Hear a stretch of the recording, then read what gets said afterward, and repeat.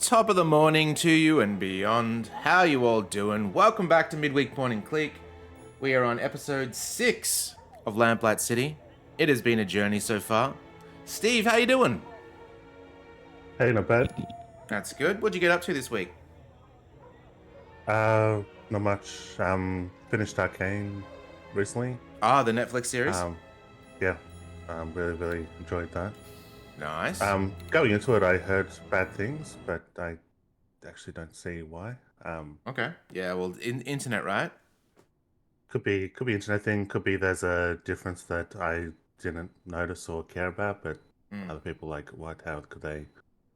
Um, there could be people who've actually played League of Legends have an issue with it, maybe. Oh, wow. Yeah, And I've that's... never played it because I've never played it, so I don't know if they deviated in some huge way. I don't know if mm, that's possible. But yeah, I really enjoyed it. That's good. That's Oh, good. Because you really liked what the about first season too, didn't you? yeah, and that's what made me worry about the second, especially hearing different things. Like, because it's initial bad thing, but no one ever said why. And the best I heard was someone going, "Well, you got to appreciate it's not as bad as people say. I mean, you got to appreciate them doing something different." Oh, that's It's always like, a oh shit, scary thing. yeah, that's Yeah.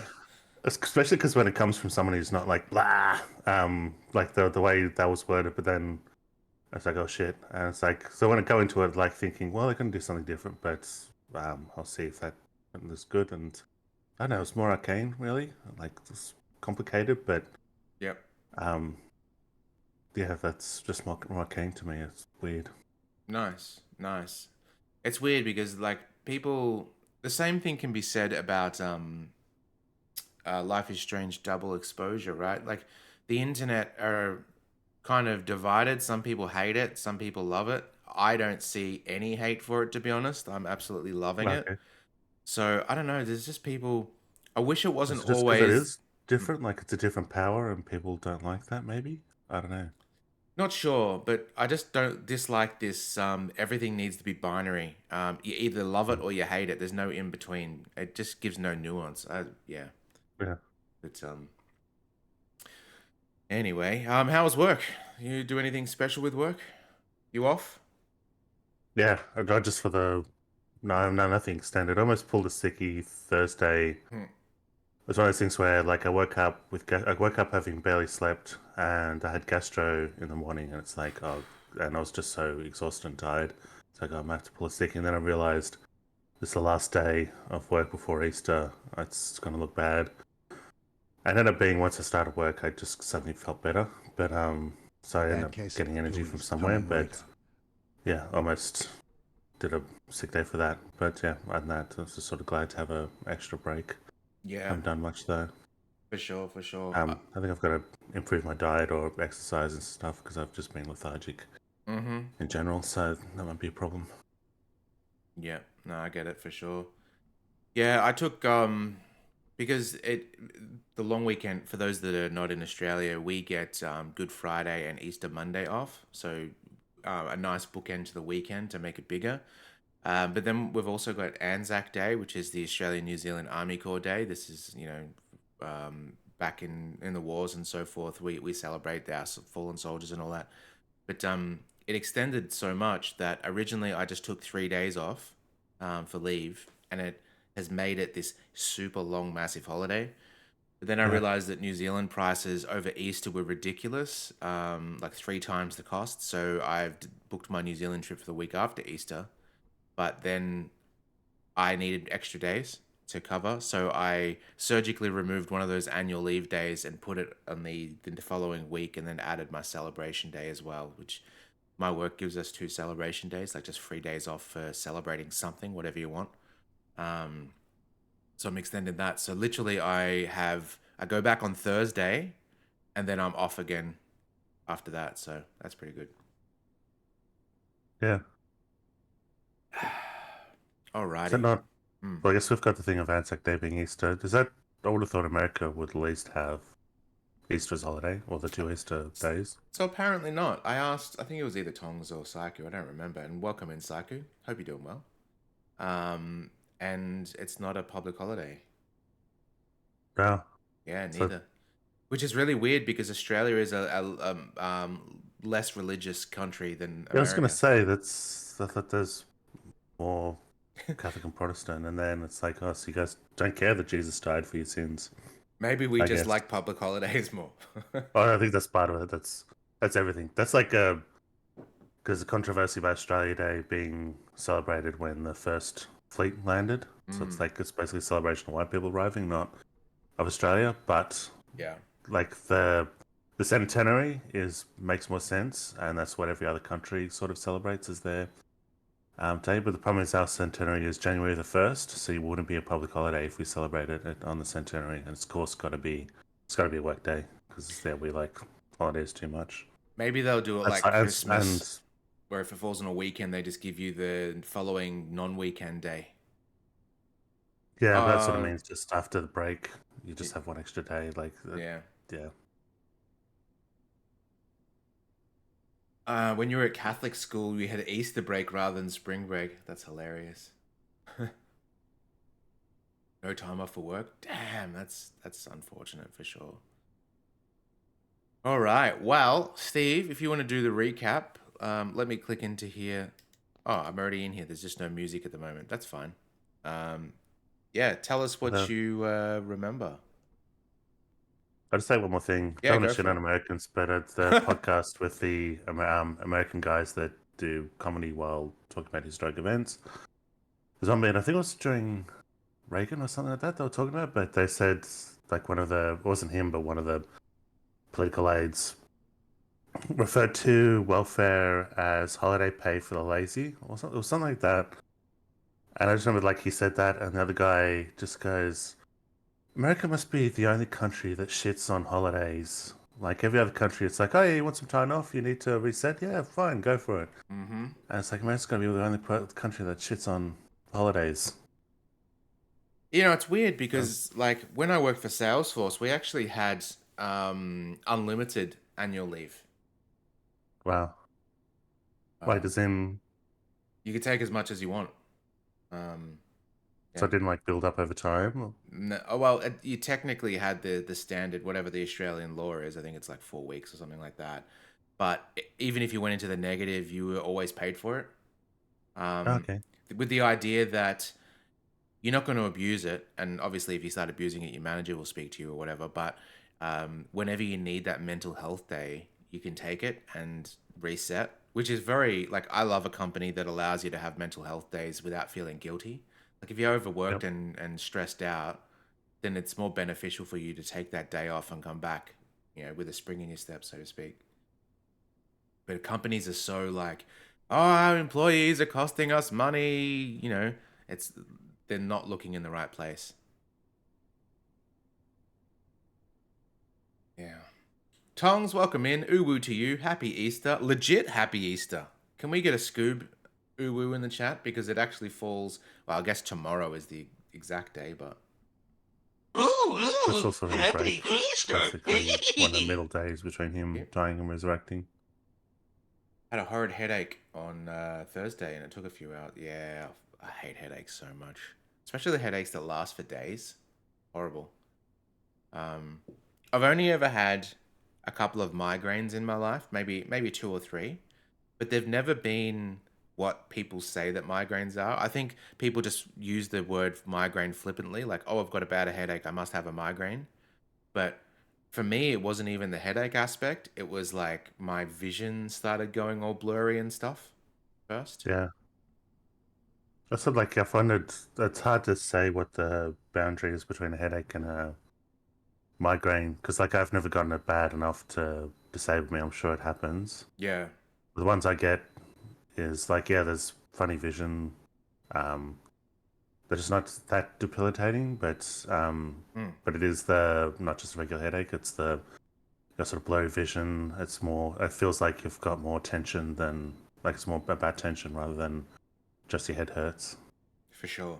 But then I just yeah. So I think they're migraines, but I think they're just minor migraines. But yeah, I've always wondered what the difference actually is. And then there's cluster headaches, which is worse than migraines, from what I've told. It sounds like you're getting lightning struck in your head constantly. Oh, Um, okay. My brother used to suffer from cluster headaches, and this is a weird way to not cure it, but at least relieve it. So he went to the doctors, and the way he described it, and I'm sure there's a better tool for this, but they said that he said that they laid him down and they got a thing that looked like a chopstick and stuck it up his nose and pushed something in his sinus, and Okay. that started relieving. Like it didn't cure it, but it made it more manageable. Which is crazy to me. That sounds like some Eastern medicine that has no sort of scientific basis. But hmm. Was one thing the like gran of my stepbrothers said, and sort of stuck with me because it's like one of those. It wasn't horrific at the time, but it's one of those ones that just sticks with you. And you occasionally remember it and go, "Oh."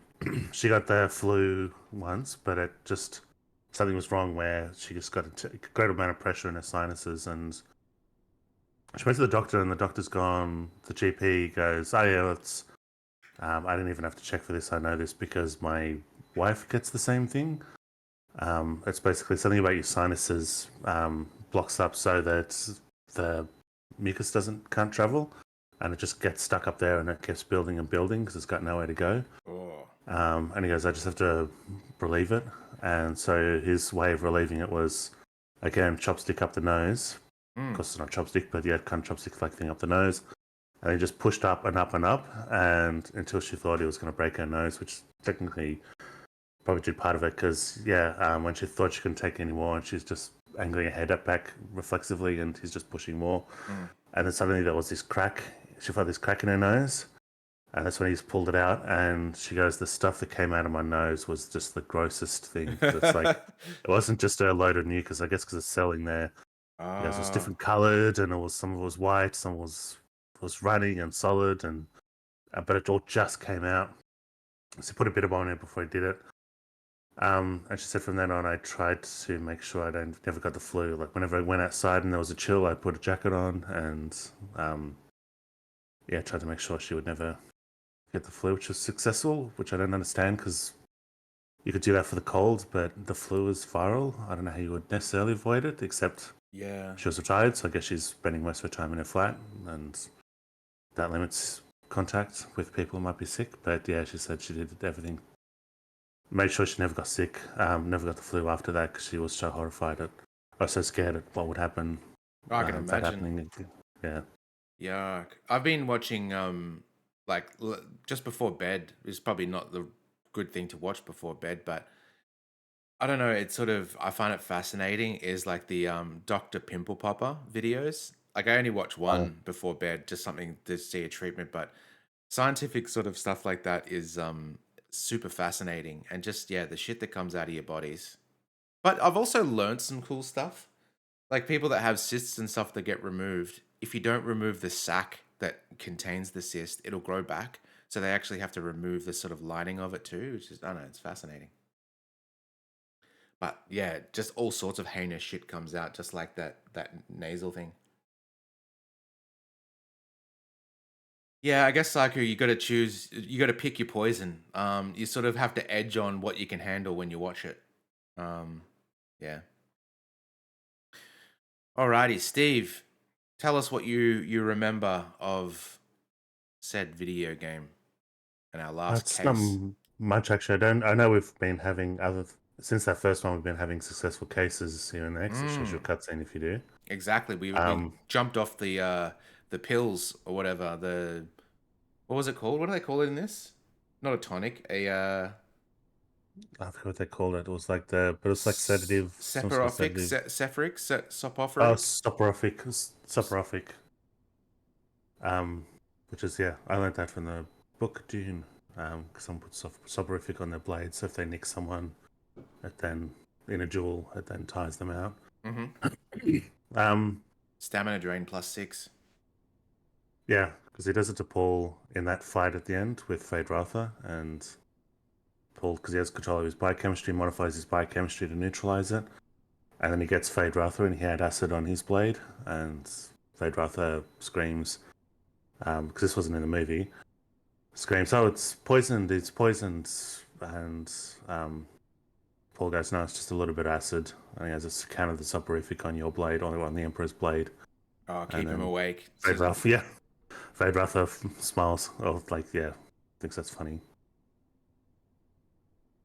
Yeah, so the one I remember is the I guess you have reminded me, but the clear part I remember is the internal combustion. No, was it um spontaneous combustion case where someone was burnt while they were sleeping, I guess, and just there for some reason it burnt all of them except their arms and legs, and it seemed to match the cult version of spontaneous combustion. But we found some linseed oil, found that could be used to burn someone, and we did what's an interesting little chemistry thing to figure out that it's the linseed oil. Um, and we were able to finger the right person and basically prove that she was murdered and wasn't just spontaneous combustion. Um, but the interesting part with that is because it's like I expected, like it's like going to be a video gamey like mini game, but it was like seemed like accurate where you've just got this reactive agent, and you're mixing it with um, the chemical that did the burning, and it turns a certain color. So then you get the linseed oil and other things that could be used to burn someone, and you're mixing the same reactive agent with each of those to see which one. We did the first one because we knew what it was going to be, but you're basically seeing what color it turns. So it's like, oh, it's actual. That's how you do it in chemistry. Um, yes, there's that, and we got the right person. It seemed like that first case was the only one with multiple levels where you keep going down because these ones are pretty straightforward. Um, and yeah, that's can't remember anything specific because mostly it was just poking around, talking to the psychic lady or the psychic, um, about the occult and looking up books and stuff like that. But then also we celebrated for the second time in a row at the old place our partner used to go to, and now we're in the doghouse with our wife, because we got drunk again when we said the first one was just a once off. Yeah, Double Dog House for sure. Yeah. Um, the killer was interesting in this one though because he was a homeless man that was posing as a university teacher for nude art, Oh and yeah. we had spoken to his homeless buddy at the what is a homeless house called? Like a hovel or something? I don't know. We went and spoke to him, and he says, "Oh yeah, he's just always trying to make money." And yeah, we caught him out because we we could prove all that, and we gave that to. I think that was the weird thing is because we had to specifically prove before the spontaneous human combustion option would get another option. I guess that we could actually assign the blame to a person. Um, but yeah, Yes, there's that. Yeah. we caught him dead to rights. Yeah, it was very fascinating that linseed rags can just sort of catch a light by themselves. I don't know if that's made up for this game or whatever. I assume it would have to be right because you would then hear warnings about linseed oil all the time. But anyway, let us get cracking. I think we're in between cases at the moment. We've come to a polling booth, um, and we'll see what happens. Yeah. I thought they were trying to Well, encourage people to vote. With all these rules, it's a wonder anyone bothers. the first result in a Google search is a Reddit post saying linseed oil spontaneous combustion is real, dispose of, and then it stops there because it's just a summary. Wow. Right after that is a site called popularwoodworking.com, and that one says linseed oil and spontaneous combustion. Take it seriously. Wow. Okay. I would It's have because it thought. wouldn't be available much. That's probably why there's no warnings. But like a warning on an actual woodworking site where they probably always handle it Hmm. would be where the warning is. Because I think, as far as I know, and maybe Tongs knows different, but I think linseed oil is used on guitars as well. Um, I guess that like luthiers are also woodworking, so that makes sense. But there is a channel I watch, Crimson Guitars, but I've never heard that. But I don't know, little bit of education in a game. It's cool. Yeah, would it be pure linseed oil, or would it be just products, polishing products that linseed oil based? That could be the difference. Because they said in this game it was used to dry oil paints quicker, right? Because oil paints take forever to dry otherwise. Mm. Yeah, at least you're already registered to vote. Having to go through that bureaucratic nightmare tonight would have just added insult to injury. Oh, shit, we gotta vote soon, Steve. Yeah. An ad for a brothel. At Hello. least they seem to know their audience.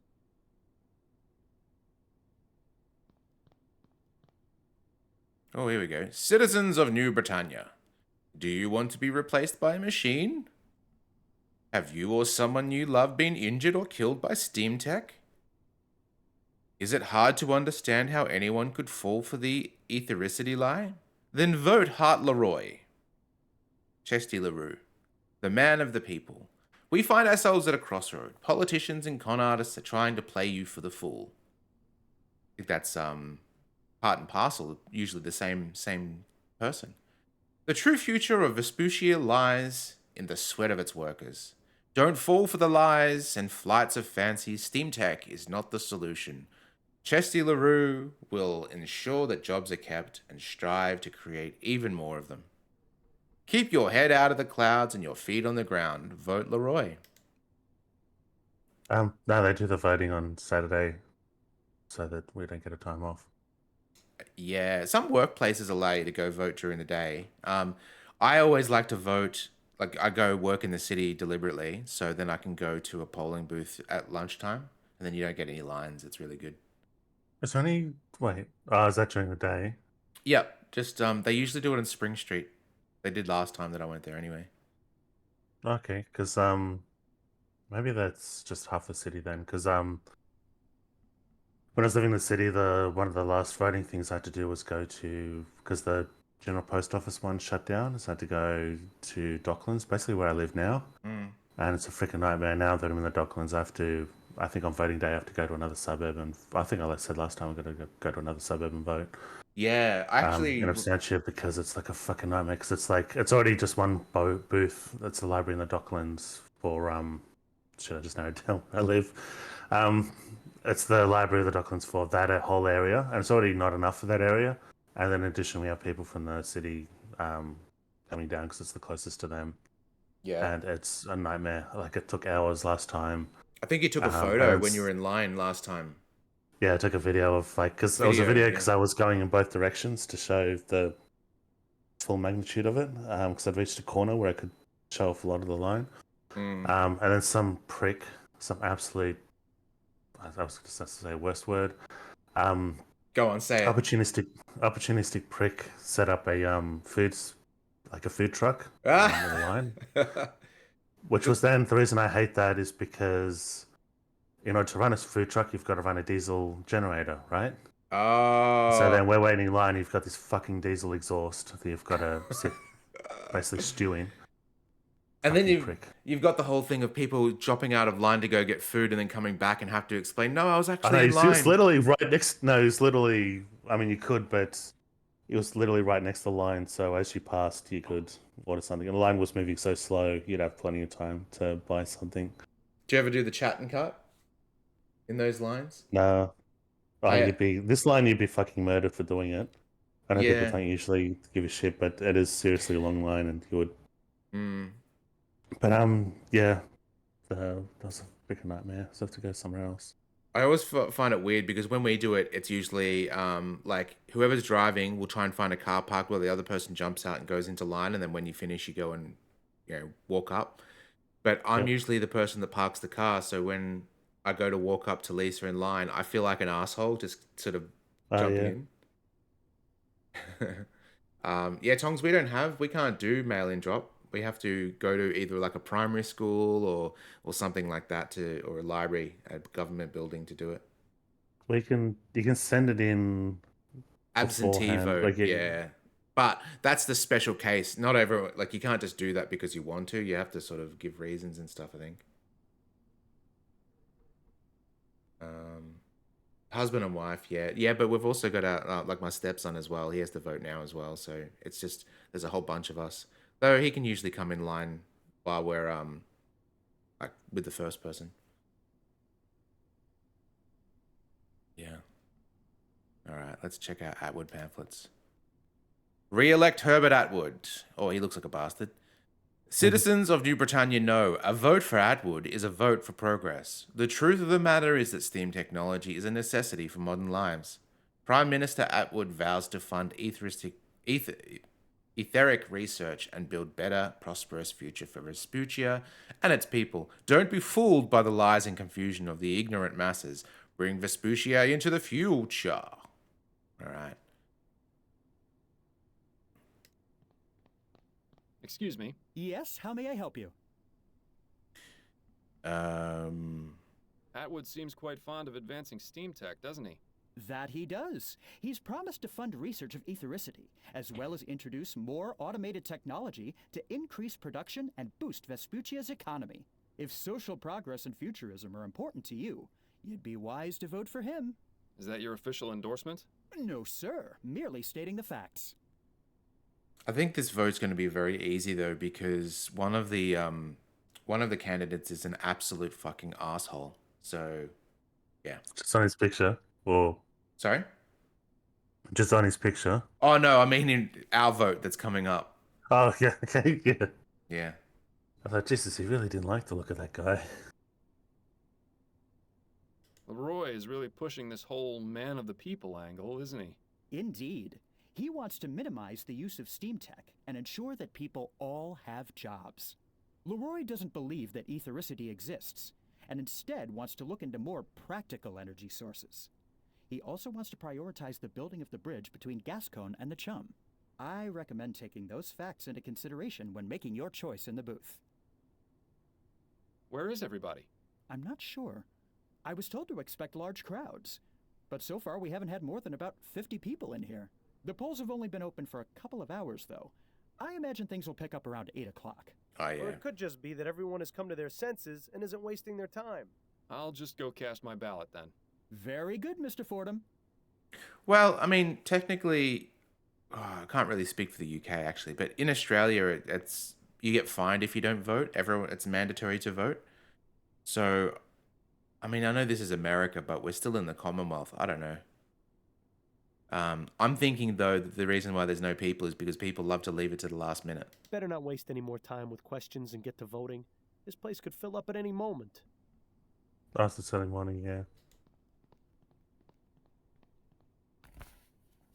That's what, like the once I was drinking with guy that used to smoke my stepbrothers. Oh, two guys used to smoke my stepbrothers, and as adults sometimes I'd go to their place and drink. And it was before we got wasted the night before voting. But one of the stepbrothers was like, he had this thing on his idea of like, doesn't matter what condition you're in, always get up early in the morning and get in the polls before they fill up. And that way you're voting with, basically said you're pretty much just with retirees and people on shift work.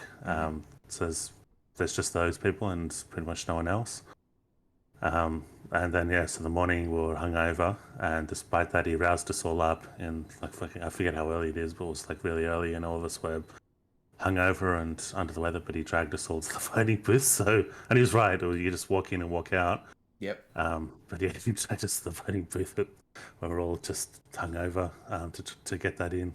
Good thing about that though is there's nothing better than a post-vote coffee or breakfast. Yeah, that at least. I think this was before there was set up for that. I think we just went there and back again. Got a little visitor on stream. How you doing, Rams? You want some sunshine? Puss? All right. We'll vote for Atwood because Leroy seems like a stick in the mud. Well, that's taken care of. Thankfully, the Angel isn't a polling place, so we can still have a nice quiet evening.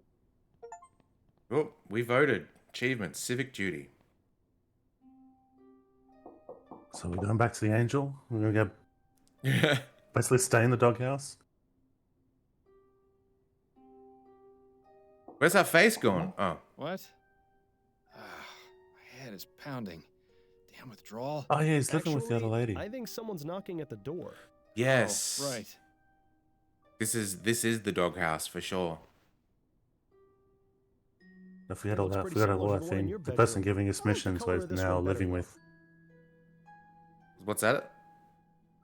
Yeah, I forgot that from last stream. But yeah, the person that gives us our missions or our work Yeah, we're Cupton. now living with. Does that mean we can't use our wife for... Because she's helped us in almost every case we've Oh, worked on. yeah. That'd be awkward. I remember Gran had a painting that looked like this, and I always saw a little man in the trees. Oh, really? Not Is a that very the... inspiring piece. I could Is probably that the, paint like, it free down. picture one?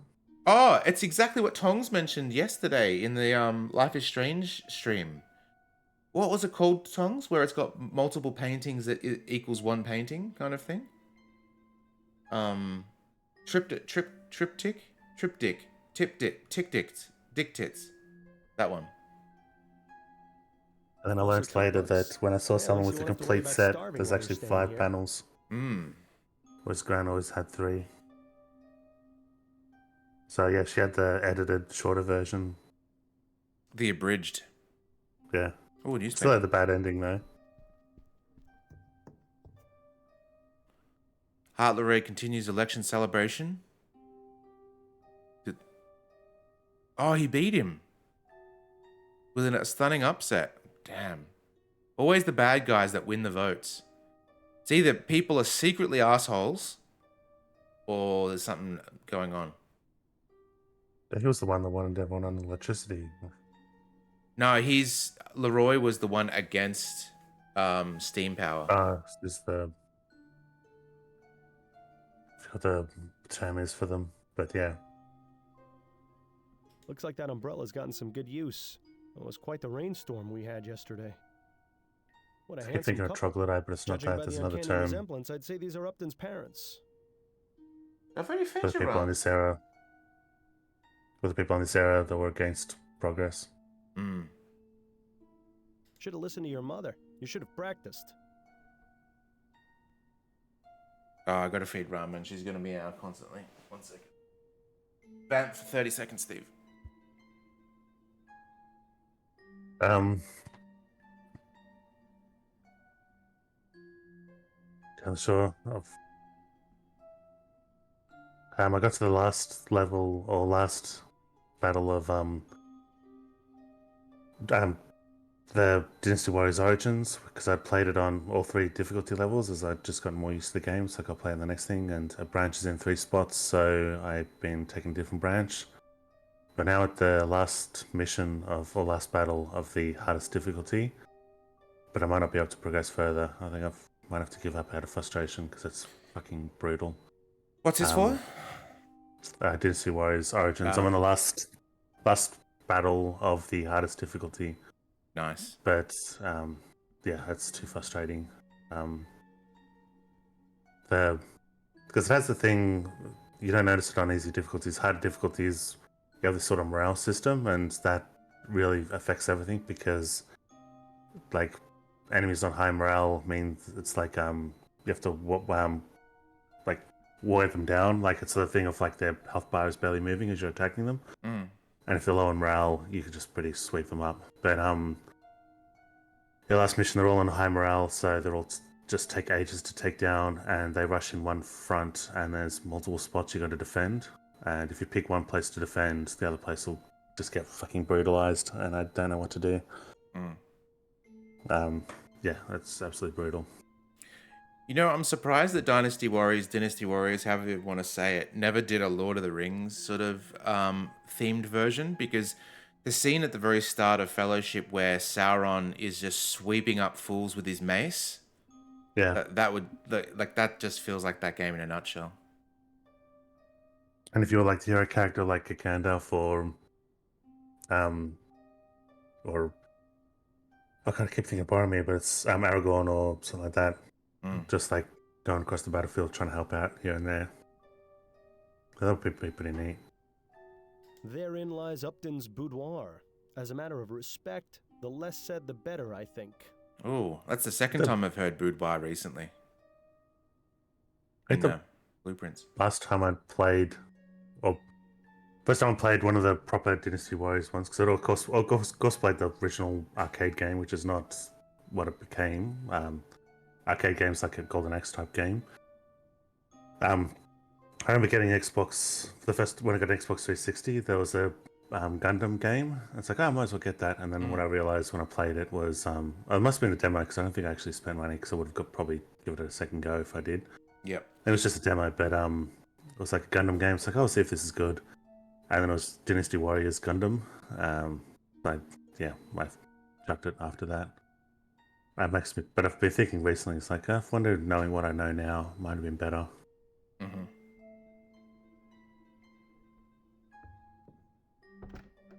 Good afternoon, miss. If you're looking for Miss Upton, I'm afraid she's not in right now. Miss? No, I've already spoken with Oh, Miss wow. Upton. I'm looking for Mr. Miles Fordham. Oh, I see. Well, I'm Miles Fordham. What can I do for you, Miss... Mrs. Emily Morgan. I have a problem, you see. Miss Upton said you'd be able to help. Okay. I suppose you'd better come in. Oh, now it looks like a miss. So, I was going to say they did the Zelda one, It's but my brother, Ronan that was Lespay. Japanese, so I He guess was there isn't a murdered 4 language thing. nights ago I guess I outside a haven't done tavern anything in the outside town. Japanese properties. We got a murder. how unfortunate. Please, go on. The police took his body to the mortuary and investigated the crime scene, but they're out of ideas. I've been down there at the station every day, but they don't seem to care enough to look into it any further. All they've been able to determine was that it wasn't a robbery, and that the clothes he was wearing weren't his. What? My brother was a good man, Mr. Fordham. He would never have willingly gone to that part of town. I need to know why he was murdered, and I want whoever did it to pay for it. Very well, Mrs. Morgan. I'll take your case. Oh, thank you, Mr. Fordham. I just need to know where your brother was killed, and where I might be able to contact you. He was found outside the Silent Raven. It's on Alewife Avenue, on the west side of the Chum. Here, take this. It's a photo of Ronan. It might help your investigation. Oh. Tongs. Ronan was the other one. And if you need to speak with me, you can come to my husband's bakery. It's here in Worcester, at 15 Drummond Street. Very good. I'll begin my investigation right away. Thank you again, Mr. Fordham. You have no idea how much this means to me. Love a bakery. Well, this case has our names written all over it. Maybe it'll be good practice for finding the man who caused my death, eh? That's fair. I don't think it has a problem with gravitas, because like, might struggle with like as much as like some of the battles of Lord of the Rings make sense. Therein lies Upton's boudoir. As a matter All of the gameplay has respect- to be built around battles, so that might be the hard bit, I would imagine. Like the first third of Lord of the Rings, like the first book is them traveling as a pact. That wouldn't be translate that well. I don't know, because it could be more like Legend of Zelda, like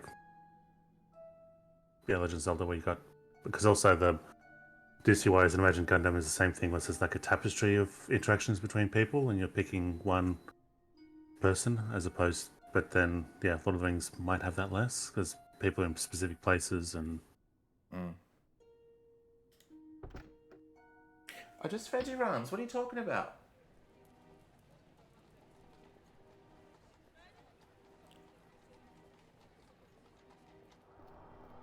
There's Helm's Deep There's Helm's Deep. and Minas Tirith, the battle there as well. Was it or was that? Yeah, Minas Tirith. That's where the Aragorn comes with all the army of the dead, right? No, that's the third one. That's not Two Towers. That's Return of the King. Oh, I mean, just in general, Lord of the Rings. Oh yeah. You could even do like different time periods, like that Sauron one that I was talking about. Yeah, I think it might have to be similar to, because there was that RTS game which I liked, but I got stuck on one of the levels and got frustrated and stopped. But that did a good job of like, yeah, we play as things you've never seen in either the books or the movie, but makes sense in the thing, like, or sort of referenced, like the dwarfs at some sort of fortress, and they had to abandon because they got overrun. What a mess.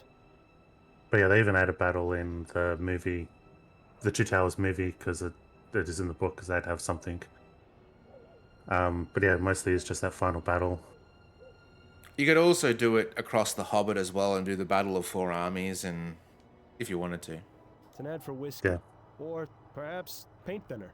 Sometimes it can be hard to tell the difference. These advertisements are all at least 10 years out of date. All right, here's the Is that chocolate. the Faramir? Because he was. You can have him. Like initially, it's like the resistance fighter stuff he was doing when he met Frodo, but also like him trying to hold the whatever that city was outside Minas Tirith, the sort of last bastion. But yeah, there's that.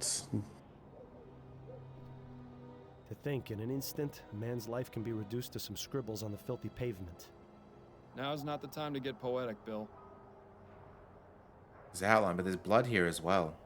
Did it say how he was killed? I don't remember. Just that he was found dead in someone else's clothes. That's the worst kind of death.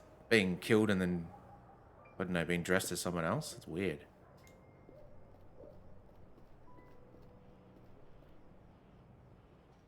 My, this grog shop looks pretty rough, even by chum standards.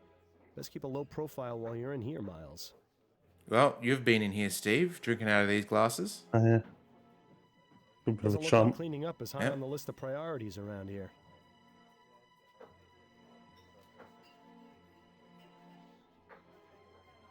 Can't talk to this guy.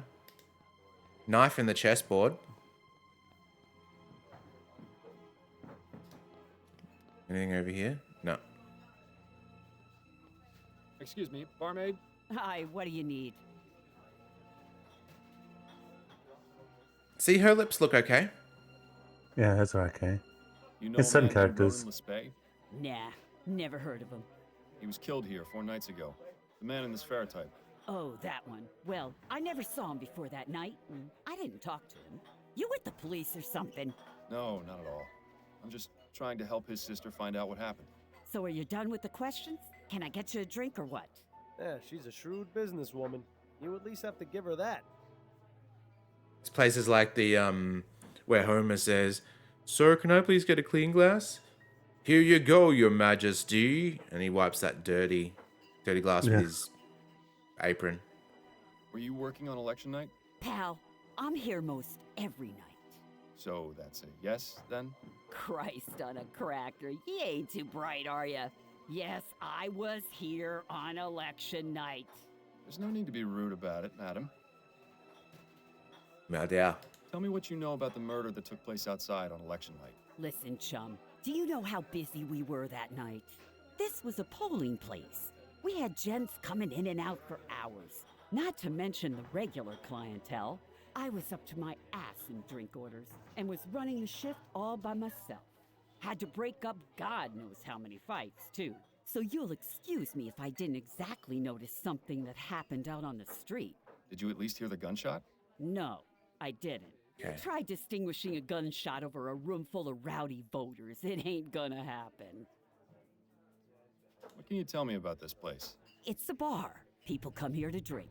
Sometimes people drink too much, and then they're sick all over. I get the honor of cleaning up the mess. Sounds like you're not too pleased with your job. I never said that. There may be rough days, but there's a lot worse I could be doing. Here, I get a place to sleep and a bit to eat and a few coins in my pocket if the customers are pleased. And you are pleased, ain't you, sir? Oh, yes. Yes, of course I am. Good. Hey, Tungsten Psycho, how much is the average sort of cocktail at a bar these days in the US? Like if either a cocktail or just something like a mixer, like a bourbon and Coke or something like that. Because I remember it used to be like bourbon and Cokes, or like the straight spirit and a mixer would be like $12, but now it's like $19. You mentioned regular clientele. Who are they? Oh, we get plenty of regulars in here, too many to name. Which of them were here on election night? Let me think. I remember seeing 3 of the usual crowd. There was Darius, up to no good as always. Buddy Darius. Then there was Singing Tom, but he wasn't around for too long. And how could I forget old Cormac? He'd have talked my ear off if Cormac. I'd let him. Sound like an interesting bunch of folks. You piece of I should shit. have known, you piece of shit. Yeah. Where might I find the landlord? You won't find him anywhere. He doesn't come around here more than once a month. What can you tell me about Darius? Hey now, bucko. You've come in here asking me all these questions, but I ain't seen nothing from you. What do you want to You see? want more information? You're gonna have to earn it. Oh. Right. Give me a gin then. Coming right up. Don't get carried away now, Miles. There you are. 1 gin. That'll be 2 shillings. There's 3. Now then, about Darius. Wow. Now that man is trouble. I've had to throw him out a few times. Why do you say he's trouble? His mind's affected by the poppy seed. Ooh. He I can mean, be could've- gentle as a kitten or fly into a rage at a moment's notice. When he gets rowdy, he gets chucked. I see. Any idea where I might be able to find him? Don't know why you'd want to find him. At your but I mother's hear he house, you spends piece his of dog day at a shit. smokehouse nearby. I believe it's on Crisparkle Lane. Just look for the door with the Oriental symbols above it. Could you Oriental. describe him to me? He's a rough-looking sort, about 55 years old, has a scar on his left cheek, grayish hair, medium build. Excellent. Thank you. I Who mean, is we could have Saint just given Tom? her a shilling. Ah, Tom. Rather than Not sure buy a what drink. his surname is, but he's in here about twice a week. We call him Singing Tom because he leads a church choir. Is that right? Which church? Oh, I haven't a clue. Never really cared to ask. Does he associate with any of the other regulars? I've seen him talking with Darius a few times. They seem to be on friendly terms. Tell I was me waiting about for her to Cormac. say, He's in here most call him every Sing night. Tongue, because he never Doesn't speak sings. Too many people, just me, and a right chatterbox he is too. Between you and me, Cormac stinks. I can understand why he doesn't keep much company. He stinks? Aye, he's a sewer worker. Oh. Spends all his day underground in the muck, so he always reeks of shit. I see. Any idea where specifically he works? I believe he's at the treatment station, over near the ferry terminal. If this is going where I think it is, then I'm especially glad I can't smell anything anymore. Have you worked here long? 13 years. I see. Anything else you can tell me about yourself? I ain't the friendly type. Right. Understood. Interesting way of spelling ain't. Any thoughts on the I election? didn't catch it. Nah, couldn't care less, really. Doesn't matter who's in charge. My life ain't getting any better. But it can certainly get worse with Leroy in office. We'll see. I appreciate you taking the time to chat. Yeah. 14 USD. So add a little bit more than double on top of that. We're looking at about $21, give or take. What's the same then? Well, I don't know if it's been gouged recently, but in my mind, because it's before everything went up, cocktails are usually about $20. Anything over that you think it's too expensive? Only thing is, Steve, you also have to add tax and then also tipping for that. Oh yeah, it's 20% of that would be tip. So yeah.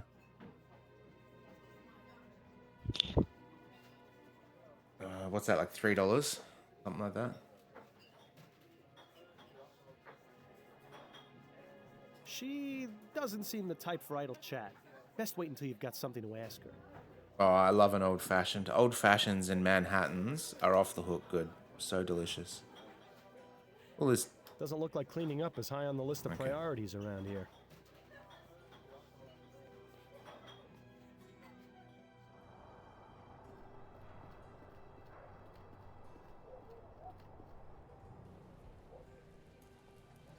okay. Let's go to the treatment station. Oh, it's This Ghostbusters is 2 what it's time. come to, eh? Hmm. Braving the stench of human waste in hopes of finding a lead. Just make sure you stay away from the edge. Handy to know where you are. But why would anyone actually travel around the city this way? No traffic? Oh, it's a pissed off robot.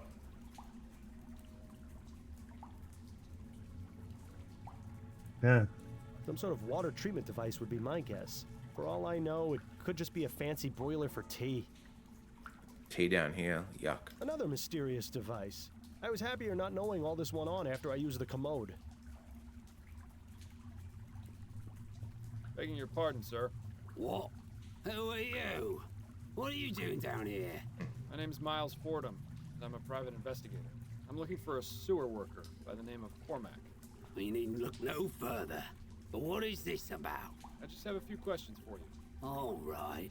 Cormac will answer them. but don't dally for too long. Wow. It can be dangerous down here for anyone who's not trained as Cormac is. Well, that face doesn't match.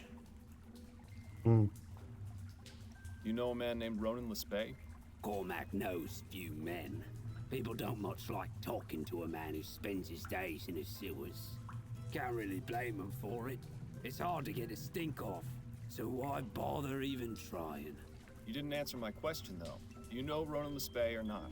Could you describe him? Cormac's got a better memory for faces than for names. I have his portrait. Here, have a look. Ah, yes. Cormac saw this fellow recently. On election night? That's right. He come into the bar, voted, went out. Looked drunk to Cormac, but then everyone at that place usually is. Do you frequent a pub called the Silent Raven? Yes. The Raven is where Cormac goes to forget about the day's work. The barmaid, Nicole, she's a good sort. We likes talking about the ponies down at the track. Nikki loves her some racing. She gives Cormac drinks for cheap in exchange for odd jobs. Nice to have your own personal sewer man, I suppose. She's really the only one Cormac talks to. There's a few others Cormac sees often, but Cormac hasn't spoken with them. Cripes. This guy goes on and on, doesn't he? To be fair, you were warned.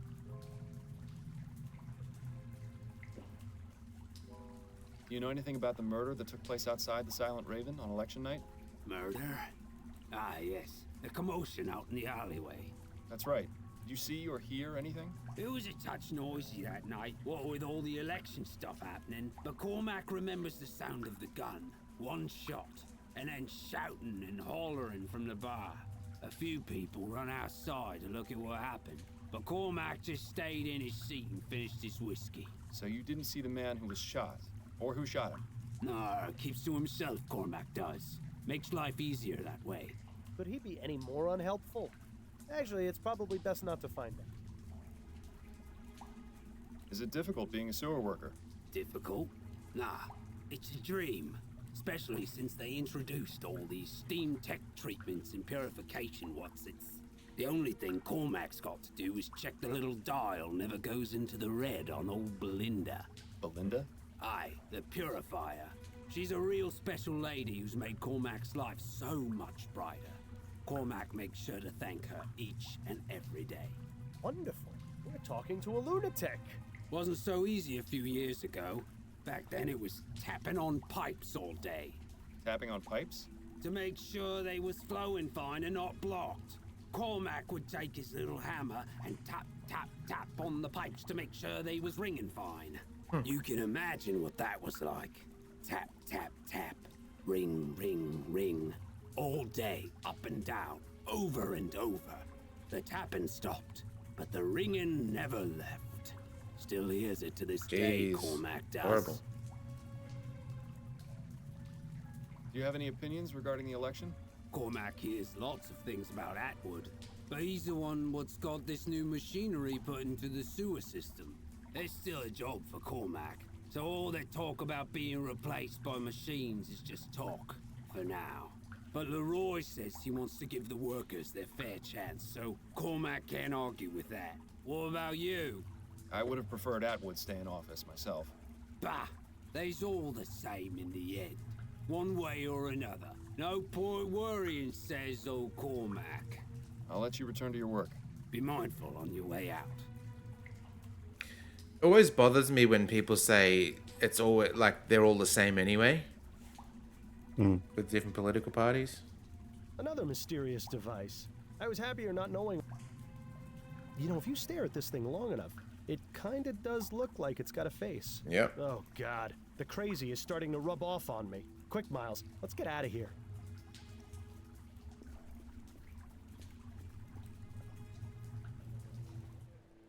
Okay. Let's go to Opium Den. Here we go. I wonder how many layers of advertisements you'd have to cut through before getting to the wall. I remember the opium dens from that TV show, The Nick. I think it was The Nick.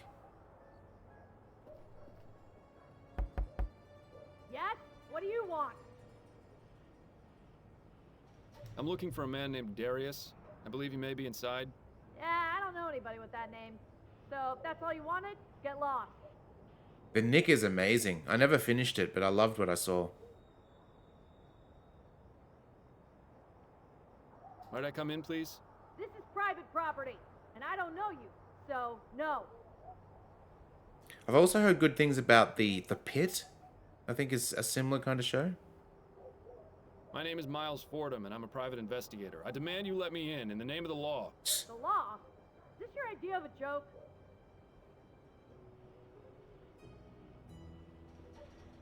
No, as I said, I'm a private investigator. Then I really don't have to let you in. You bothered me enough. Get out of here! Something tells me we won't be getting in there anytime soon. Okay. We may have locked ourselves out, but that's okay.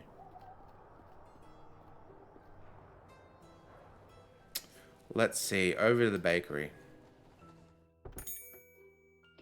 Cheese. All right, Mr. Chavez. The cake and muffins come to a total of 3 shillings, 10 coppers. There you are, Mrs. Morgan. And thank you again. Barbara is going to love this. My pleasure. Enjoy. Pardon me, sir. I'm sure Barbara will enjoy them, the cow. Oh, Mr. Fordham. It's not. Welcome. Thank you, Mrs. Morgan. It's not completely off, but like completely wrong. But this perspective in this room is messing with me a little bit. Yeah, I know what you mean. I think it's because this angle doesn't match this angle or something. Yeah, that might be it. Because I was thinking, like, okay, you could argue that it's the other end is in the distance, so it's shorter. Because that was disturbing me, but then it's flat on with the camera, like mostly flat on, so it shouldn't be reduced that much. Hmm. Those look nice, but given the choice, I'll always side with pie over cake. Me too. I still got cherry pie. Those look nice, but given the choice, I'll... A bunch of assorted I'm up baking here products. too. Don't waste your time with those, Miles. We've got a murder to solve. There's also, yeah, the tease doesn't look like it's slightly off, but then that thing, yeah, looks like a 2D picture rather than something in the 3D scene. The stuff in that day-old box doesn't look half bad. More like 3/4 bad. Hmm. I never had much of a sweet tooth, but even I'd consider buying some of this stuff. You know, if I were still alive. Yeah, Private detail, I know. if you didn't shoot me. A very wise man once told me, never go poking around the back rooms of bakeries. I think you'd do well to heed that advice. Quickly save it.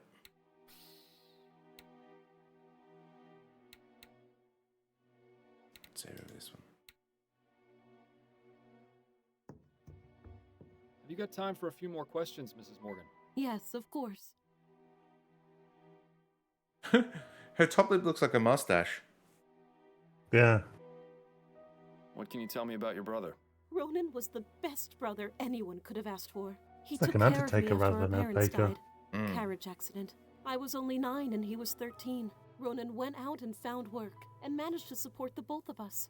He was just a child himself, but he kept us out of the gutter.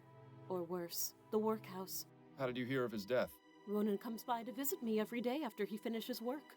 When he didn't come for 2 days in a row, I got worried. I went to his apartment, but he wasn't there. So I made a report to the police. Yesterday, they contacted me and asked me to come to the mortuary. I'm terribly sorry for your loss, Mrs. Morgan. Thank you, Mr. Fordham. Please, find whoever did this to him. Ronan deserved so much better. What do you know about your brother's murder? Only what the police told me. He was shot at close range outside that pub in the Chum. Nothing was missing, and his wallet had money in it, so they said it wasn't a robbery. I didn't recognize the clothes he was wearing. I had never seen them before, and they were far too big for him. I still can't believe he's gone. He was the only family I had left. Dr. Edwards at the mortuary might be able to give us some more detailed information. Mm. The only thing we'll get out of this one is more tears. What sort of life did Ronan lead? You know, just normal. Oh, He'd yeah. go to work, come visit me afterwards, and go home. He didn't have much of a social life. At least he never mentioned any friends to me. I always hoped Ronan would meet a nice girl to settle down with, but he was so shy, you know. Where did Ronan work? At the Grips Home Taxidermy Shop in Gascon. I always thought it was rather macabre work, but he enjoyed it. Bit lonely, though. She kind of... Oh, what was that show? There's a UK TV show about a in the 70s about a man that was a scarecrow that was alive.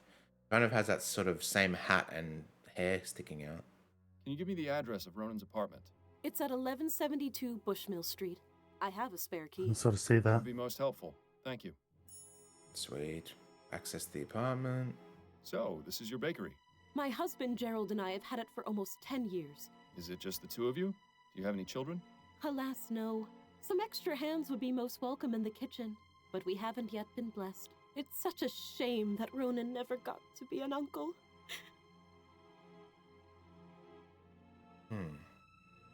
What are your thoughts on the outcome of the election? Oh, I haven't given it much thought, to be honest. It hardly seems to matter now. Yes, of course. My apologies for bringing it up. Those are all the questions I have for now. All right, Mr. Fordham. It's really strange what she just said, that like that was her focus point. It's a shame my brother never got to be an uncle. It's just weird. I don't know.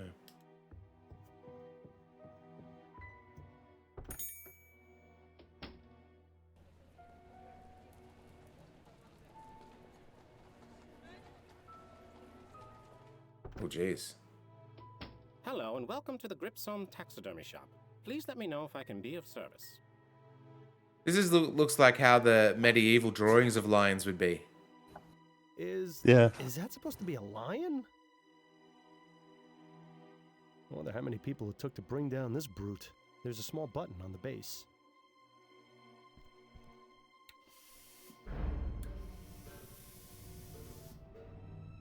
Just when I thought I'd seen it all. What will they think of next? Reminds me of the one in the Dupre house, except that one actually looked alive. There's a small button on the base.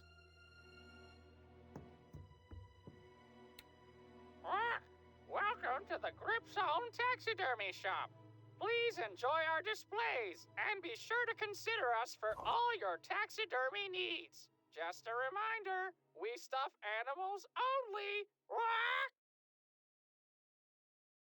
It's the owl from King's Quest. Exotic dead fauna from every other continent. You never even need to leave Vespuccia. Exotic dead... I thought owls were supposed to be wise. How'd this one let itself end up on display in a place like this? Artie, fine. How you doing? Welcome. Hey. That leads into a room with even more dead things. It's such a shame we haven't the time to stick around and explore.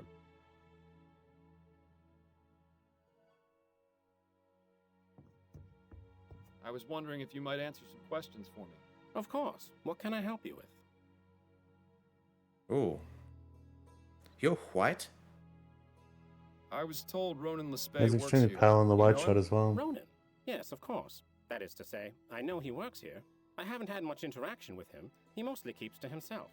Does he have an office or workspace I might have a look at? Now, wait just a minute. Why would I let some random stranger off the street in to look at an employee's workspace? Because I'm a private investigator and I'm trying to get some information. Well, even if that is the case, I'm afraid you're out of luck. Ronan does have a workspace, but it's completely bare. He doesn't keep anything here. Were you aware that Ronan was murdered 4 nights ago? I had no idea. That's awful. What happened? That's what I'm currently trying to find out. Do you know if Ronan had any enemies? Anyone who might want to do him harm? No. As I said, I didn't speak with him much, or know much about him. But now that I think about it, I did notice a strange man waiting around outside the shop a few days ago. Oh? Tell me about this strange man you saw. At the time, I didn't think much of him. But the more I recall, the more I realize he was being very suspicious. What did he do? He just stood outside across the street, but he seemed to be focusing on the building. It was as though he was waiting for someone. Do you remember what this man looked like? I didn't get a very good look at him, but I do remember some things. He was tall and had a heavy build, like a boxer or a dock worker. He had a beard, I think, or mutton chops at the very least. And as far as I can recall, he was wearing all black. He also had on some kind of cap, I'm sorry I can't give you a better description, but that's all I was able to distinguish. My eyesight isn't very good, I'm afraid. It'll have to do. Thank you for your help. Anything you can tell me about the shop? Plenty! This is New Britannia's most sophisticated taxidermy shop. Unlike other taxidermists, we work with modern technology to get results they could only dream of. What does that mean exactly? Using steam tech, we are able to create the illusion of life in these beasts. Just take a look at our floor samples. The parrot and gorilla are two of our finest works. They really speak for themselves. Well, the parrot does at least. I think it would frighten our customers if the gorilla did too. And once ethericity is harnessed as a viable source of energy, we'll get even better results. This guy is way too excited about bringing dead things back to life. Yes. Fascinating. Moving on. Did you see the news article about the dire wolves, Steve? I had some sort of reference on social media. Didn't see what it was about though. Isn't it bringing them back or something like that? Yeah, exactly. There's a couple of pup dire wolves that have been sort of brought back. It's kind of like Jurassic Park brought back though. They used wolves, like standard wolves, as the secret DNA, the missing DNA or whatever. Okay. Instead of frogs. So how did you get this job? Oh, it isn't a terribly exciting story, I'm afraid. I just saw an ad in the Gazette for a clerk position. I never expected to learn so much about taxidermy. I'm sure he's amazing conversation at parties. Any thoughts on the recent election? I'd really rather not talk about it. I don't know how the people of this country could put someone like Hart Leroy in charge. I know what you mean. Leroy may be a champion of the common man, but Atwood's vision for the future is more important right now. I couldn't agree more. Leroy wants to forsake all the technological advances of the last decade and take us back to the Dark Ages. Next thing you know, he'll be bringing slavery back. Jesus. I doubt he'd go to such extremes. Perhaps we should drop the subject. I get a bit passionate when it comes to these sorts of things. Thank you for your help. I'm here to serve. That leads into a room with... Okay.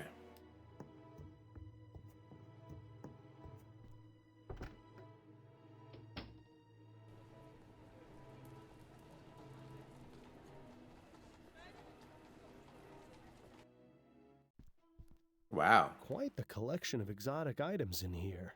Ronan appears to be a seasoned world traveler. Or at least knows someone who is. Just looking at this painting is making me feel seasick. Locked, naturally. Damn. This mask looks African. You should try it on. It'd be an improvement. This one is scarier than the other masks. Wait a moment. I think I saw something shiny in the back of the mouth. Yes. With the key. How about that? A perfect hiding place for a key. But not Alex, we literally just saw it just looking at the mask. It's a kind of owl mask. The hair looks incredibly familiar. Some kind of owl. Weird. Ronan's book collection mostly consists of cheap pulp adventure novels, but this top shelf looks interesting. More books. Alright, we'll just do a quick once over. Black Rhino. Okay, just a different size. Females are smaller than the males. Elephant. Cyclodus is smaller with the male. Shoulder height up to the 2 meters. I don't know what a cyclodus is. Okay. I'm sort of worried that between the taxidermy and this, it's going to be that the murder weapon was an animal. Oh no, 'cause it was a gunshot, wasn't it? It was a gunshot, yeah. Maybe. I Maybe wonder where it's going. Where it's going with this stuff then. Kangaroo had a gun turret in him or something. Cross between a rabbit and a He donkey. had the gun in a kangaroo. He had the gun in a kangaroo's pouch. That's why it's like he was able to walk around like, I'm just going to the pub with my pet kangaroo. And then he pulled the gun from its pouch. And... The fuck is this description though? Cross between a rabbit and a donkey. Rabbit kangaroos have no donkey qualities. No, and the rabbit is literally just because they both jump, I guess. Hopping, powerful. Yeah, I would. Oh no, it was in Looney Tunes. Thought it was a mouse, right? Didn't they? There was that kangaroo that would always be Would it be attacking Sylvester or something? Oh no, because the cat thought it was a giant mouse. Yeah. Koalas appear like small bears, but they are not bears. That's right. No one call them koala bears, yeah? Their dignity. I still call them koala bears. You do? Yeah. I know they're not bears, but that's what we call them anyway. I have never heard an Australian call them a koala bear. You're the first. Eucalyptus? It's everywhere, isn't it? No. Oh, bookworm. Read every book in the game. Okay. Cool. They just gave it away. This is the last one, I guess. Yeah. So the thing, RD, with drop bears, part of me really, really hates this because the people that spread this drop bear nonsense think they're the biggest. Funniest, yeah, like they've made it up and they're a comedian of the ages. Yeah. And it's just like, It's not so much that. It's like, to me, it's the like the equivalent of the cake is a lie joke. Yeah, Where yeah. It's like every time someone says it, it's like, yeah, fucking get it. I also think that joke's fucked because it doesn't make sense because the cake wasn't a lie. Because if you've ever played Portal, you see the cake. So this whole cake is a lie bullshit comes from people that maybe have never finished the game or something. I don't know. What's the graffiti of the person, the rat man? Yeah. Would write the cake as a lie as a graffiti thing. All right, let's see. Opium influx of immigrants from China to Vespuccia. Let's see. Opium dens are are open to all that seek to indulge. Interesting. Okay. Known colloquially as riding the dragon. Hello. I've heard that before. Riding the dragon. Yeah, for taking opium at an opium, or taking opium, possibly at an opium den. If you're offered wine, make sure you know what you're about to drink. Chances are it might be baijiu, clear liquid distilled from fermented sorghum. Grains used, China, rice. Just like Iraq.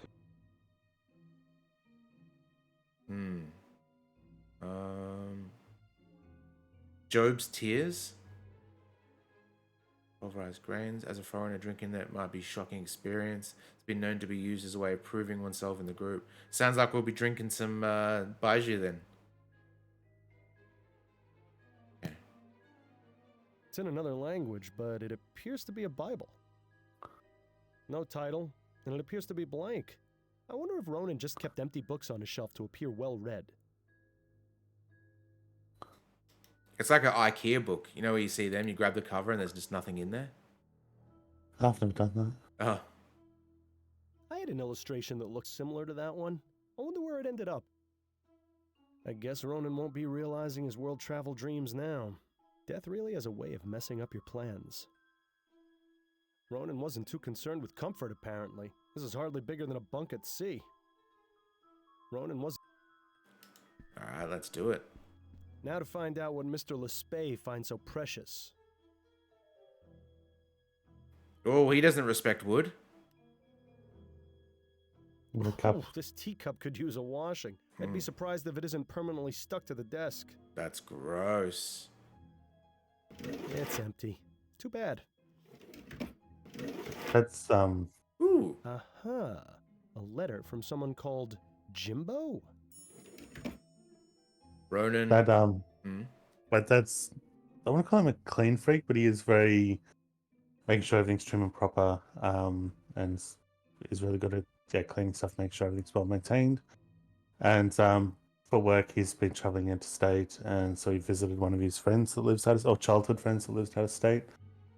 And he said the guy's just like kind of depressed, and so he just sort of leaves everything, and it's like untidy and not doing stuff. But one of the things Dad said was because he makes coffee commonly, he does what I pretty much do for like the work coffees, which is instead of washing using a spoon each time, you just sort of rinse it and put it aside for the next time. But Dad said instead of rinsing it, he just puts it on top of the coffee tin. So he goes, there's this weird, it's sort of, it was funny for Dad because he would be usually horrified by this, but he goes, strangely pretty pattern of coffee marks on top of the coffee tin where the coffee's like The spoon congealed, I sat guess. and yeah. Yeah, and the whatever coffee residues on it is congealed. Ronan, next week will be a year since we met. I can honestly say my life has changed for the better in every possible way, and I will always hold July 8th as a special day in my heart. I can't wait to see you again, Jimbo. Right, so maybe he's got a male lover. Mm. Oh, I'm just putting two and two together in my head, but what if the killer was his sister because she made a point about how she can't wait for him to be. No, that doesn't make sense. That's an uncle. That's her. That would be her kid. Never mind. Scrub that. This one appears to be from Emily. Ronan, Gerald and I will be celebrating the new year and would like to invite you to spend it with us. Please feel free to bring along any guests you'd like, especially any lady friends you might have. All my love, Emily. They appear to be a pair of letters from Ronan's landlord. Ronan, regards to your request for an extension or to pay this month's rent, I'll gladly give you until next month. You've always been a reliable tenant who's paid on time. Don't be concerned. I hope you resolve your issues.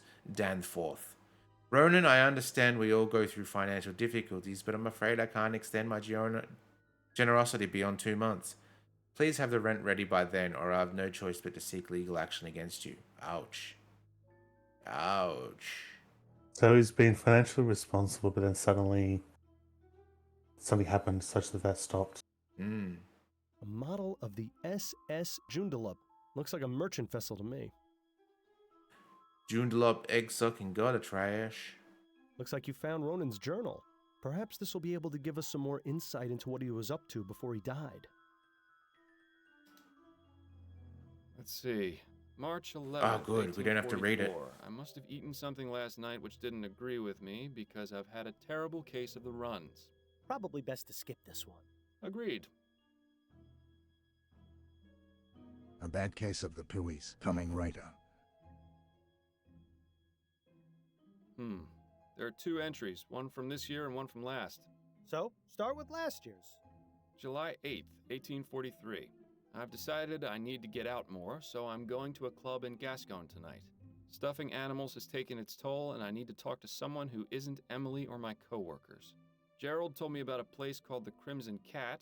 I'll try it, and if I don't enjoy myself, I'll just come home. Now for this year's entry. July 8th, 1844. Today is our 1-year anniversary. We're going to meet at the Cat again. I love him, but I wish he wasn't so attached to that place. Emily is so nosy, I worry that she might follow me and discover the truth about Jimbo. If we moved around, I wouldn't worry, but with him, it's always the Crimson Cat. I really shouldn't complain, though. What we have is something truly special. Well, it seems that our best hope of finding this Jimbo character is to visit the Crimson Cat. Sounds good. November 9th, 1843. I have an uneasy feeling of dread today. Last night I had a frightening dream where fire rained from the sky and people were afflicted with an awful disease. I'm just going to focus on my work today. Perhaps the feeling will pass. October 21st, 1843. The air is growing cold and is reminding me that I need to purchase a new pair of boots for the winter. I don't think this entry will be of much interest. November 9th, 1843. I have an uneasy feeling of the same dread one? today. Last night I had a frightening dream where Yep. I'm just going to... Okay. Was the Paul Racket story? The spoon. Okay. But I mean, what is that? Him just doing the same thing? Oh, no, it's something... Reminds of something he would do.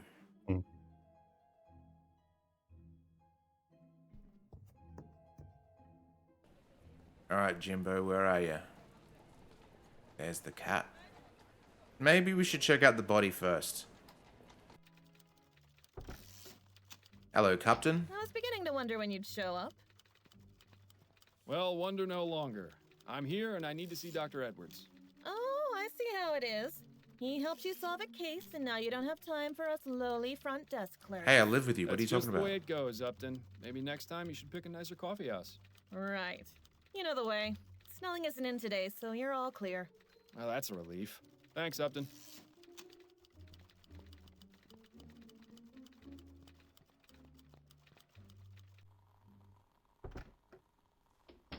Oh, his goggles are on his head weird again.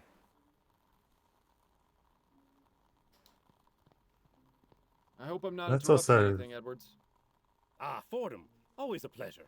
Have you got time for some questions? Of course.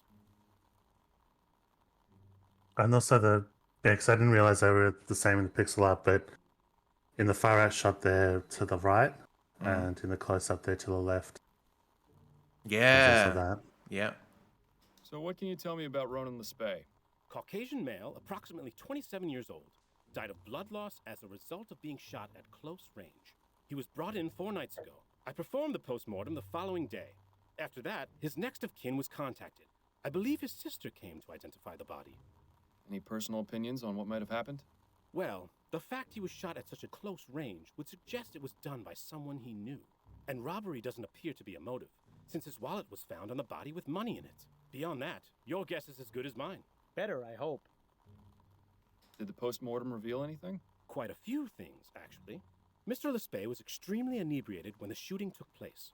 There was enough alcohol in his blood to presume he had been drinking for hours before his death. I also managed to remove the bullet from his heart.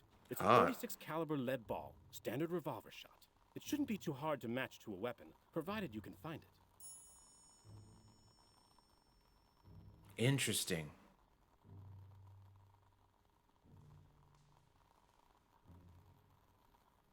Did you notice anything unusual about the clothes Mr. Lespay was wearing? Unusual? Not really. They seemed a bit big for him, but that's all. His sister seemed convinced that they didn't belong to him. That's a distinct possibility, but I Could be couldn't say Jimbo's for sure. clothes. He could have just been a sloppy dresser. Yeah, like he could have just put one of Jimbo's shirts on or something. Oh, yeah. So no murder weapons been found? That's right. Either the killer still has it, or the police just overlooked it. If you happen across any weapons in your investigation, be sure to bring them to me. I can tell you if it matches the bullet. Thank you, Edwards. I'll be on the lookout. How's the coroner business? Things have been pretty dead around here lately. Don't quit your day job, Edwards. Do you reckon you could be a coroner, Steve? Not sure. Yes and no. Like, I don't think I'd want to cut open dead bodies constantly, but I don't know. If I actually went into it, I'd probably get used to it. I reckon I could Yeah. learn to do it. I think coroners are actually elected, like mayors and stuff in towns, from memory. Yeah, I think they are too. There was an election? I think our friend Edwards needs to get out a bit more. I'll be going now, Edwards. Take care, Fordham. And remember, not everyone gets to leave the morgue alive, so consider yourself lucky that you can. Spooky. So voting isn't compulsory, or either that or he's about to get hit by a phone.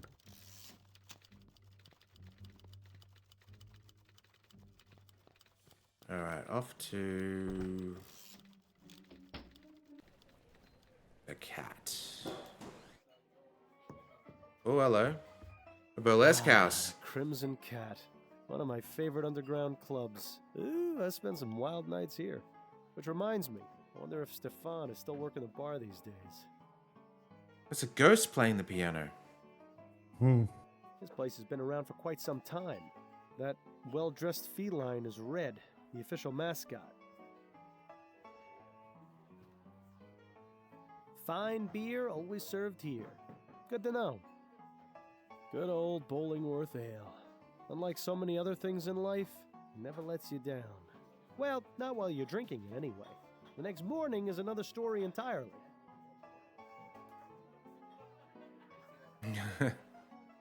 Attention customers. Use of Dr. Tennyson's Vigor pills while under the influence of alcohol may cause loss of consciousness. It's nice to see this establishment looking out for its patrons.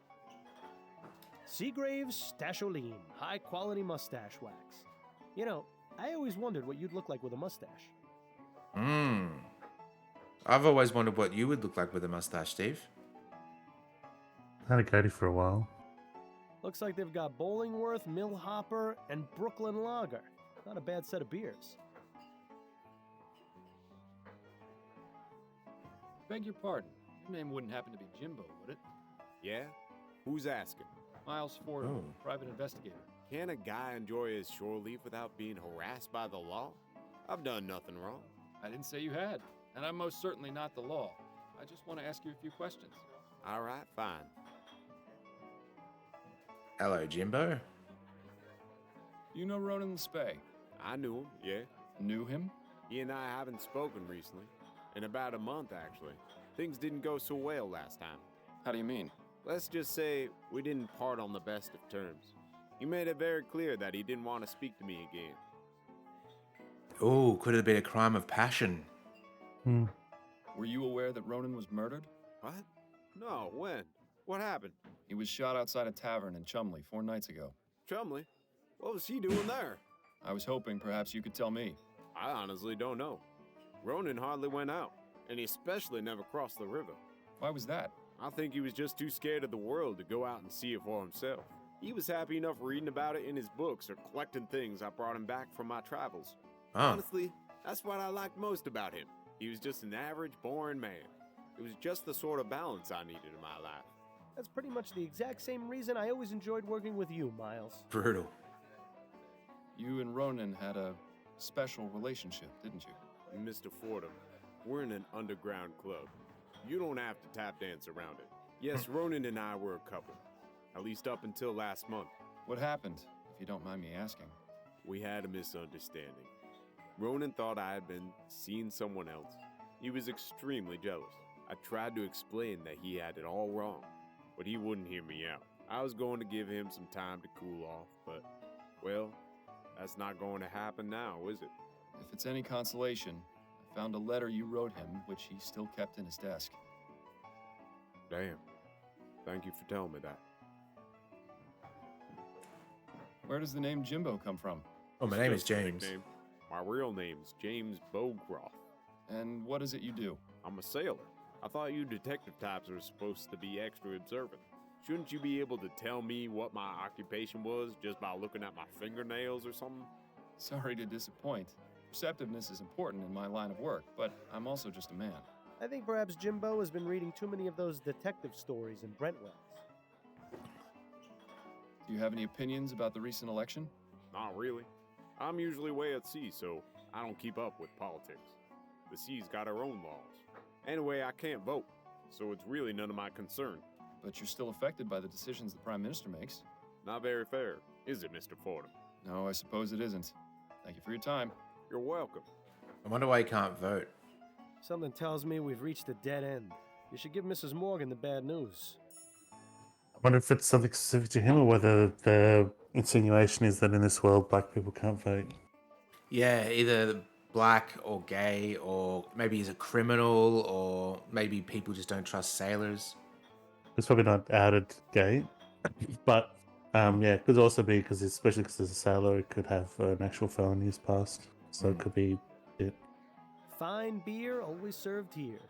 Good to know. Arrested for mischief and things like that. Like the selection. It rivals even the Angel. Call me old-fashioned, but I've always felt the piano should be played by an actual human. These automated ones just don't have any soul. Looks like a view of Claremont Street with St. Denis Cathedral in the background.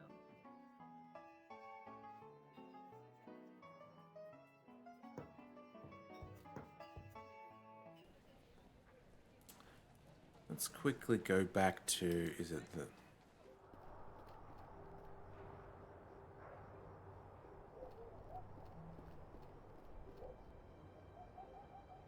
Oh. Securely fastened, unfortunately for you. If only there was some way to undo these bolts and remove the drain cover. Okay. Securely...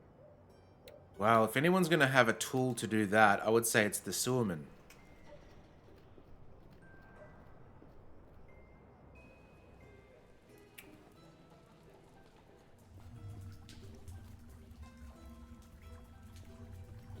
Moment of your time, if I may. Right, I'll make it quick. Yes. Would you be able to remove the cover of a storm drain? Yes, of course, sir. Cormac's got the right tool for the job. Just a few twists from old Mary here, and any drain will open up like a Christmas rose. Excellent. Would you be able to open the storm drain outside the Silent Raven? Suppose so, yes. But Cormac ain't allowed to just open up drains as he sees fit. What do you want this drain open for?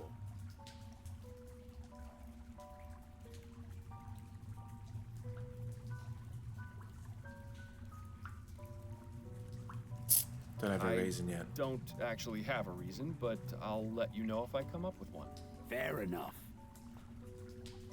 I wonder if you could tell me if you saw a man of this description at the Silent Raven on election night. He's tall, strong build, with a beard or mutton chops, dressing all in black and possibly wearing a cap. That's Jimbo. Oh, hi. Cormac remembers seeing a fella like that. What was he doing? Kept going in and out of the bar. When he was inside, he stood near the voting booths, hardly moving a muscle. And when he was outside? That, Cormac couldn't say. Did you notice anything else about him? Yes. Cormac noticed him come in and speak with Nicole, the barmaid, after the commotion outside. Is that right? Hmm. That's very interesting. Okay. I'll let you return to your work. Be mindful on your way out. And he said he was going in and out of the bar all night. I wanted to, okay, was there any person he was going in and out of all night? Jesus. I hope those aren't full of what I think. You know, I was writing to a customer over the week, and they said something really strange that I'd never really heard before, but apparently it's a common phrase. So I had to ask them for permission to be able to make some changes to something. And they said, yes, do the needful. It's weird. It's almost like a computer responding. Hmm. Do the needful. Or like a either Data or a Vulcan in Star Trek. Like, yes, do the needed.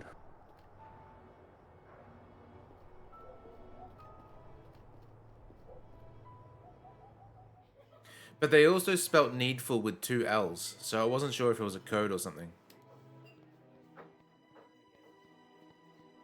Excuse me, barmaid?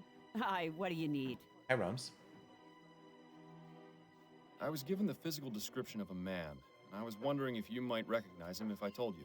Perhaps. Go on, then. He's tall, strong build, with a beard or mutton chops, dressing all in black and possibly wearing a cap.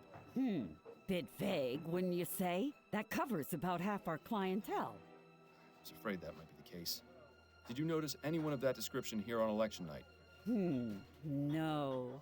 Can't say I did, sorry. You're a liar. That's not right. Because Cormac told me he saw you speaking with someone of that description shortly after the murder occurred. And you believed him? Cormac's a good sort, but he's not exactly reliable. I'd say he's twice as reliable as you are. Now tell me the truth, or I'll have you in as an accomplice to murder. All right, relax. Nice. I don't know the man by name, but he came to me after the commotion outside and paid me a few crowns to keep my mouth shut about it. I didn't ask any more questions, and I wasn't about to refuse some extra cash. That was that, I swear. That's not good enough. I need some way to find this man. Is there anything else you can tell me? Well, I did notice he had a scar on his left cheek. Kind of looked like a shepherd's crook. But that's all, really. I suppose that'll have to do. Did Jimbo have a scar? I don't remember. I appreciate you taking the time to chat. Yeah. Hang I think on. it did. He had mutton chops. Maybe it's on the cheekbone.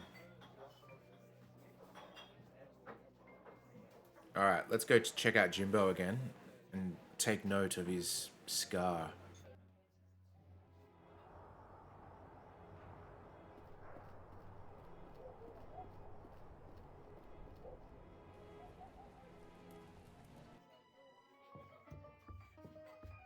He won't have anything relevant to tell us right now. Damn. Okay. I just want to look at his face. I suppose we could go to the opium den and see if we've learnt anything new. Otherwise, we'd go let the sister know. No answer. Looks like you blew your chances with this place. Whoops.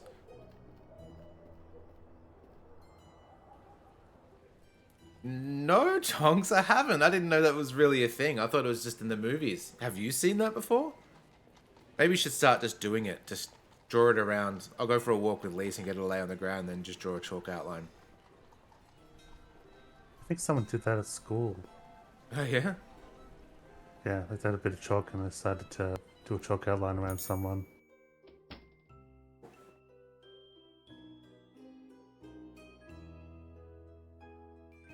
Yeah, because the chalk outline looked much different than you'd think, because you're doing an outline around someone, like usually when it's portrayed in the movie, it's the picture of a person. Like it more reflects the picture of a person.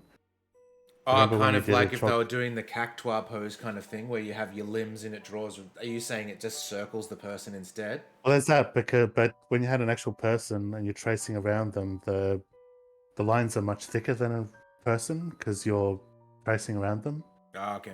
Like it just end up looking much different. Like yes, made me realize most of them, the chalk drawings in movies are kind of stylized, or maybe they just draw where the body was and it's not We actually got a time for a few more questions, outline. Mrs. Morgan. Yeah. Yes, of course. If I remember On Halloween, correctly, so people do it on Halloween. That's pretty clever. I think I heard something like they only draw chalk outlines on people that are still alive, not dead, because the dead body can stay there or something. Oh, I can't remember. Maybe I'm getting mixed up. But I thought it was like, because people are still moving, they go to get taken in the ambulance to be taken away, and they can still do the crime scene. I don't know. Maybe, but I think the dead body can stay for a little bit. But I think if it becomes like the end of the day or something, then they're gonna take the body away. I think in that case, if it's still a crime scene, they'd probably chalk outline. Are you familiar with someone who goes by the name Jimbo? No, I don't think so. Who is that? A friend of Ronan's. No, as I told you, I didn't know Ronan to have any friends. I especially don't recall him mentioning anyone called Jimbo. Don't know how much Those are they all the do it. questions I have for now. All right, Mr. Fordham. Could still be a good reference, but like that would probably take 200 pictures of the digital pictures of the crime These scene, days, for so- sure, yeah. And I guess they So I would know how put- much you would need to go back to then go, okay, so he was laying here. And they have those little markers for scale as well, if they take Yeah. photos. Let's have a look at our case book. Report back to Emily and declare the case unsolvable. What? Alright, we fucked up. Nah, I can't. We No, can't 7. have fucked up that part. Surely there's still people we can talk to.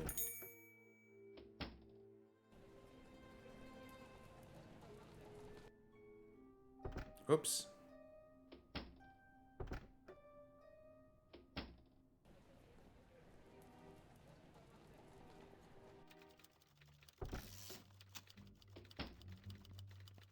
Can we talk for a moment, Upton? Certainly. What's on your mind?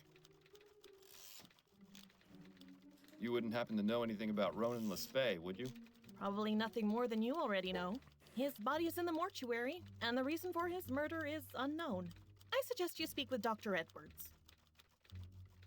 How are things with you? Better than last week, but plenty of feathers still ruffled around here. What happened? You have to ask. Snelling was not happy with you turning up at the Latham crime scene. He was a right inquisition around here. Snelling going around to interrogate everyone, trying to ferret out a leak. You told me to, though. Suspects. I'm afraid so. I managed to calm him down some and divert suspicion. He thinks someone on the force is speaking to the Gazette, not to you directly. Well, that's some kind of relief. I'm sorry you had to go through that. Oh, don't worry about me. Well, maybe worry about me a little. That was one hell of an election, wasn't it? That it was. I don't know how he managed it, but I'm glad Leroy won. I can't say I agree, but I'm not really surprised. Leroy may have started as something of a dark horse, but his campaign had been gaining a lot of steam leading up to the election. Pun not intended. Yes, well, it's the Steam Tech issue that clinched it. When something like the Ligeia happens, people start to wake up and wonder if we really want contraptions like that in our lives.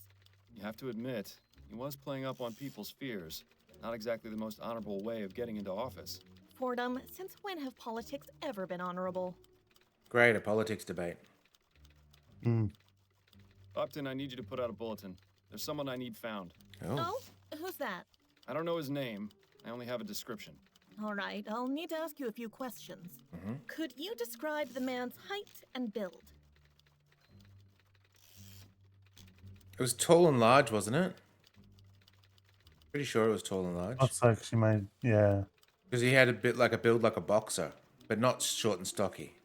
He's tall, with a large build. All right, what color is his hair? Black. I believe it's black. All right. Do you know of any unique details that might make him easier to identify? Scar on cheek. Oh yeah. Dressed. He had a beard or mutton He has a chops? beard. Or mutton chops. I see. Well, I'll put out the bulletin, but that's a bit of a generic description. Hang on, we know more than All that. right. The bulletin is out. I'll let you know if I hear anything. Thanks, Upton. I appreciate the help. I need to review Can we the talk case. for a moment, Upton? Certainly. What's on your mind? I'm guessing you can't go over this case with me either. I have to distance myself completely from this one. So when you figure it out, you'll need to speak directly to Mrs. Morgan. I can still try and help you if there's something specific giving you trouble, though. Okay. Let's end the conversation back to work. and check our And notes. you'd better do the same. Make sure we've got the description of the man correctly. Correct, rather. Saw a man that fits the description election night. He claims to have seen him hanging out at the polls. He entered. He also spoke about it. He also spoke to the barman after the murder took place. Okay.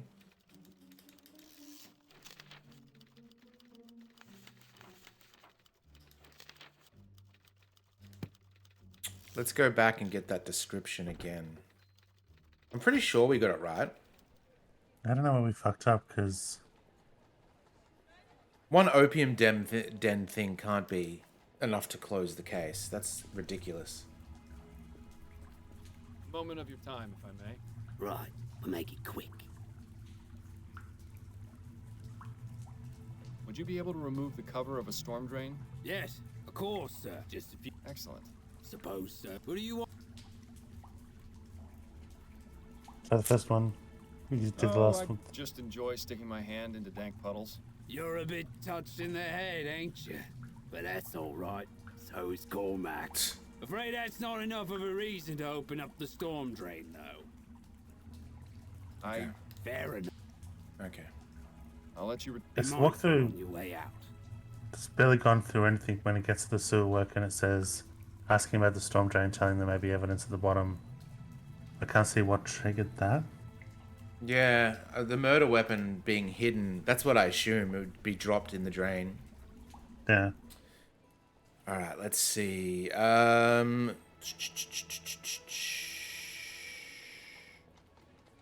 Let's go to the Raven again.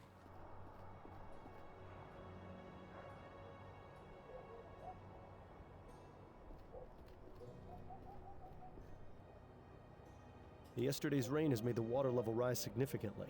Is it just me, or does it look like there's something resting at the bottom of the drain? If there is, I have no way of getting to it through the drain cover. Okay, cool. So now that might trigger it, the fact that we can see something. Yesterday's... Is it just... If there is... Okay. Let's quickly go here. She doesn't seem the type for... Okay.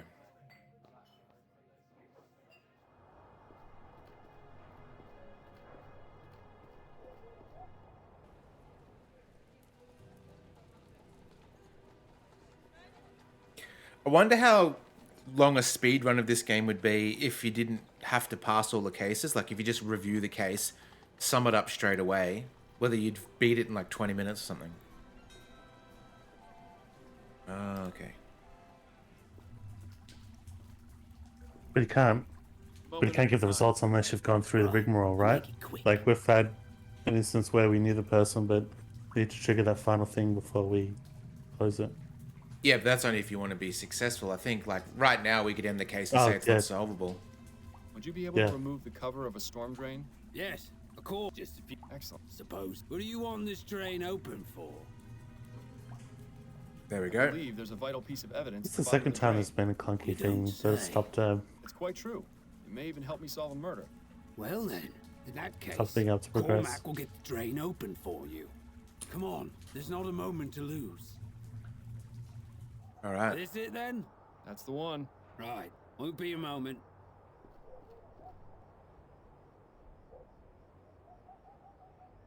There we are. Thank you for your help, Cormac. Not a problem. Now, if you don't mind, Cormac's just going to pop inside for a quick pint.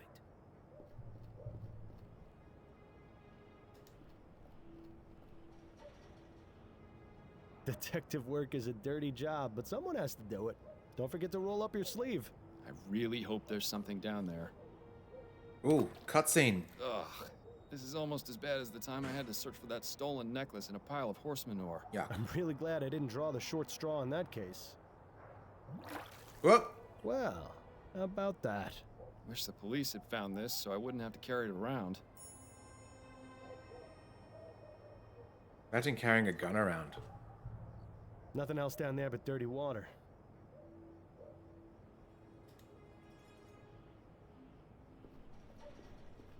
I still think it's fucked that people in the US can just walk around with a gun. Hmm.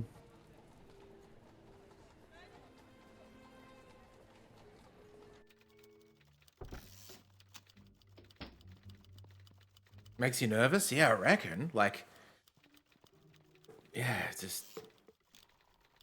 Well, people have the open carry, right?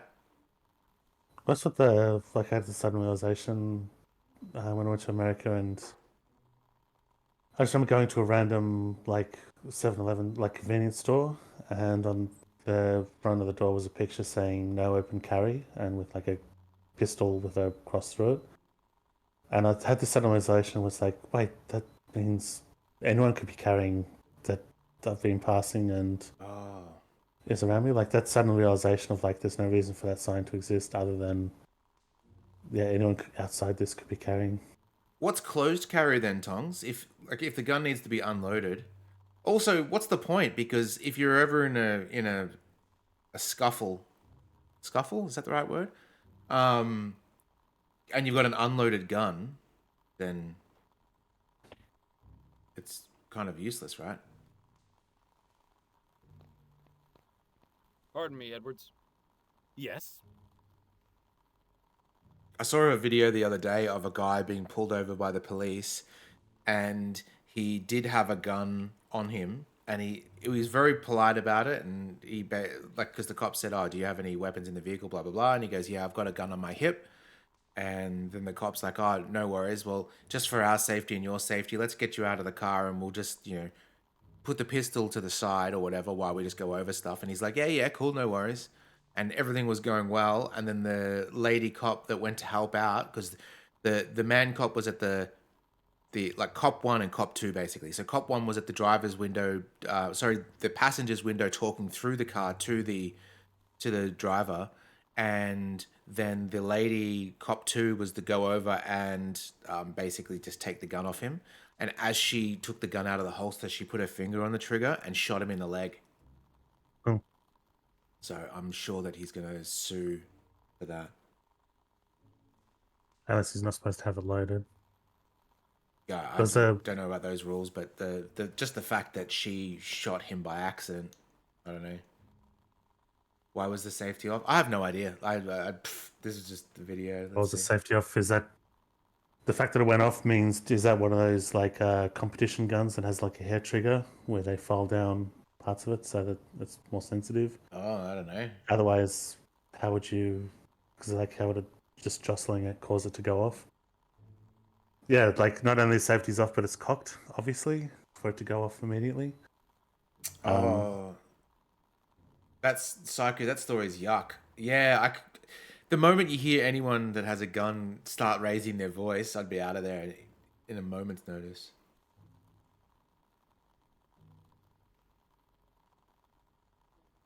Yeah, that's what makes me think it's a hair trigger. That just because like, how would you? Yeah, I would go off. I also would assume that the when you're pulling a gun out of a holster, I'm sure that you would just get the butt of the gun between Just your the handle, thumb and yeah. your index finger and sort of pull it out rather than. But yeah, she just grabbed it and went by accident. Yeah. There's like one of the videos that Red Letter Media did. There was a guy who was like a competition shooter.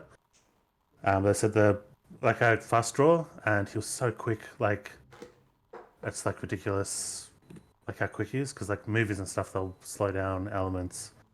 But when someone's just doing it as fast as they can, it's so lightning fast. But he only does it a couple of times, and the rest of the time they said it's like an hour of him just talking about his guns. One of the things he said, because he was talking about holsters, we goes, in the West they talk about the quick drawing, but they wouldn't have been that quick because the holsters aren't, which I wouldn't I think he's talking about the movie holsters because that's not necessarily what they would have looked like back then. But the special holsters in order to quick draw, and then his holster had this piece of metal that went down and then to the side in front of the gun. So basically, if it accidentally discharges, it would hit this thing and not shoot his foot. That's good. So that's what reminded me of that. But then the guys joked of like, oh, instead it hits your wife next to you because Ricochet. footage of him. They had footage of him at a tournament where his wife's next to him as he gets the thing. So they joked if it went off, then it would just get her. Wow. Probably not because it wasn't like angled that to the side. But I thought that was a funny joke of like, hey, it saves your foot, but it shoots the person next to you. I found this pistol at the scene of the Lespay crime. Did you take a look and see if it was used to murder him? It's all slimy. Where was it? Sitting at the bottom of a storm drain. Oh, I suppose that's not as exciting as finding it inside someone's intestines. What? Did I ever tell you about that post-mortem, by the way? No, I certainly don't want to hear about it now. How long will it take you to analyze that pistol? I should have something conclusive within the hour, if you don't mind waiting. No, it'll give me some time to gather my thoughts. Okay, good. Right. I've concluded my analysis, and this gun was definitely used to shoot Mr. Lespay. The bullet I removed from his body is a perfect match. Perfect. Thank you, Edwards. That is extremely helpful. There's one more thing. I cleaned off some of the muck and found the initials JB etched into the handle. Jimbo. Interesting. My expertise with guns is purely forensic, so I can't determine if this is the gun's maker or the initials of its owner. That's going to have to be your job. Thank you, Edwards. Help is always appreciated. Jimbo was Jim something or other. I'll be going so it now, makes Edwards. sense. Take care, Fordham.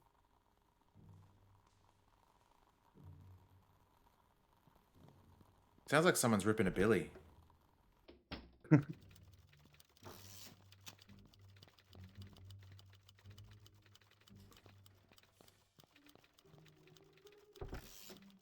Let's go have a chat with old mate.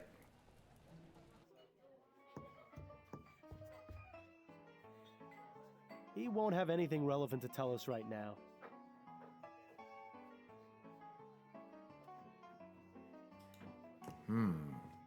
Really? He wouldn't?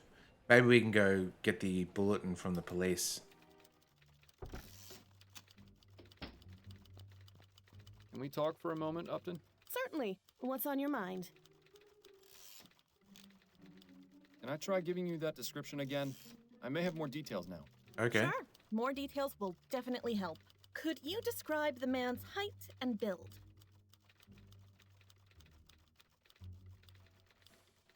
I'm sure it was tall and large. He's tall, with a large build. All right. What color is his hair? I believe it's black. All right. Do you know of any unique details that might make him easier to identify? We have the scar on the cheek, but it's not written there. We'll just try dressed all in black. I was told he was dressed all in black. I see. Well, I'll put out the bulletin, but that's a bit of a generic description. It kind of. All right. The bulletin is I out. feel like I'll we're let you know if I hamstrung hear by the anything. game. Thanks, Upton. I Rather appreciate than our the help. knowledge. Yeah. Who else saw? So we can't talk to the bar lady anymore. We can't talk to Jimbo anymore. We can't talk to. We can. Oh no, the sewer's out of. We've done the sewer. Although maybe he's still. He's gone into the Silent Raven. Still, let's have a look.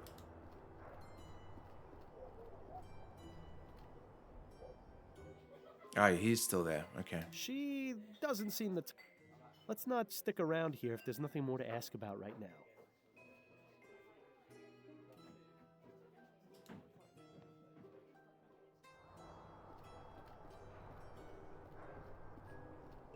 Yeah, maybe in hindsight, telling the opium den that we're a private investigator was probably not the best. Have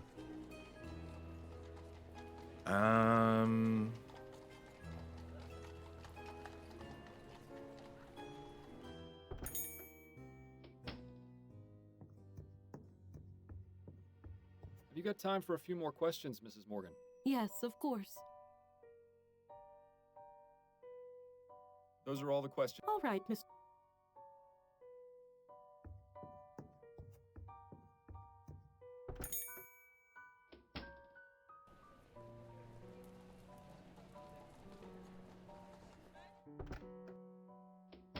I don't think he'll be much more help at the moment. gosh. Anyone gonna be any help?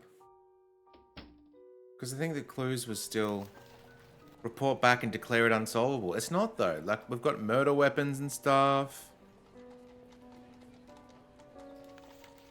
Clues.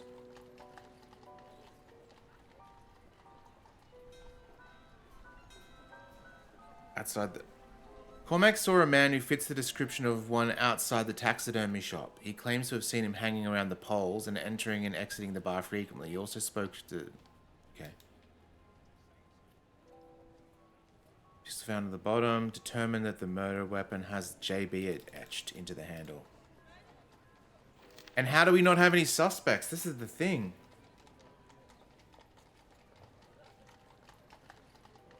But how could you lock off an entire case from one location? That's shit house.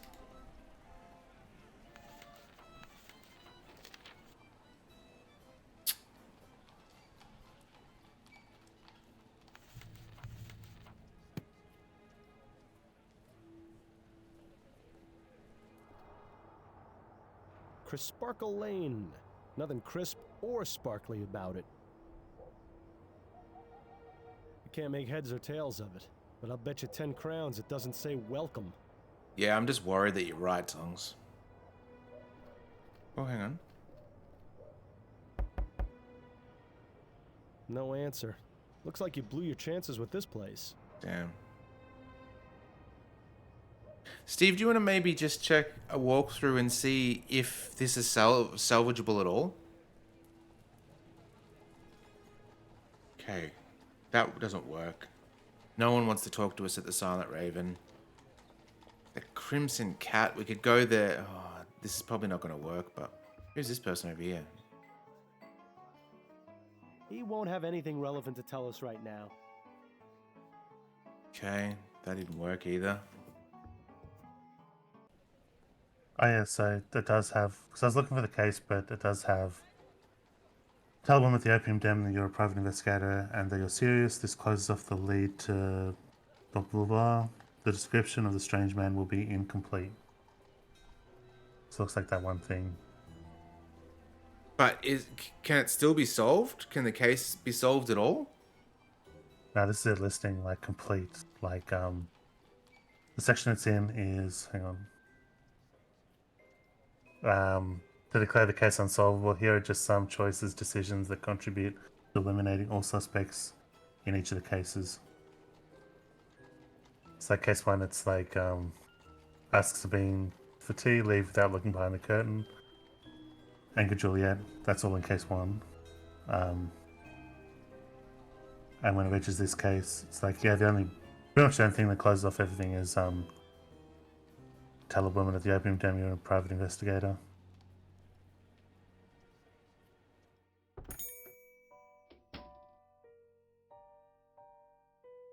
So that's it, we're done then. Is that what you're trying to say?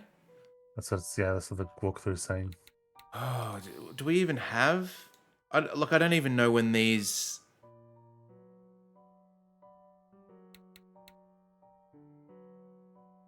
That's so stupid. I disagree with that. Because the thing is, we're in a situation where we have more knowledge than the game will allow us to input. Yeah. Like, if we're this guy, we know more than his diary or his book is saying. I don't think we can reload though, because I don't know. It doesn't give us timestamps on these. No, or what place it is in. That's what happened before. Like, even though we solved the case, there's one point where we had most of the information and we just need to trigger that last thing. But it's like he's playing like he has no clue at all, even though we know kind of who it is. Yeah, like there's just one thing that we're missing. That's We know who it is and how, but he's like, well, I don't know. Must have been spontaneous combustion. Yeah, exactly. All right. Well, we can't reload, so we might as well just declare this one as a bust. We know that who the killer was, or at least I reckon it was Jimbo. It makes sense that it's Jimbo. It's a crime of passion. But yeah, total bummer. Well, it might be. Because I don't think it's Jimbo. You don't think it's According to Jimbo? like I said, the text that says what locks you out, it says, yeah, it's the final clue to lead into, and then it says a name that's not Jimbo. Oh. Okay, well.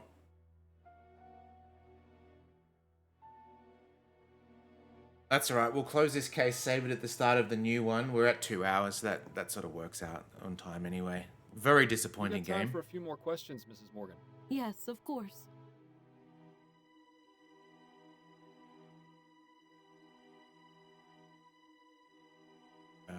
Those are all the questions I have for now. All right, Mr. Fordham. I can reload new case, but I think I saved over it. I'll quickly. We'll test it.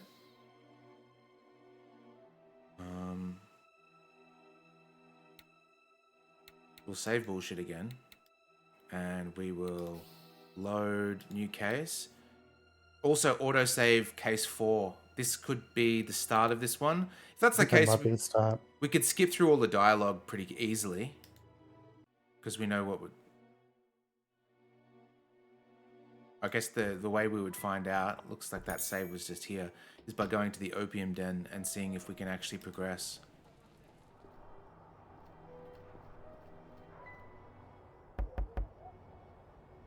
No answer. Okay. Well, maybe we can do that. We can reload case 4, see what that does. Okay.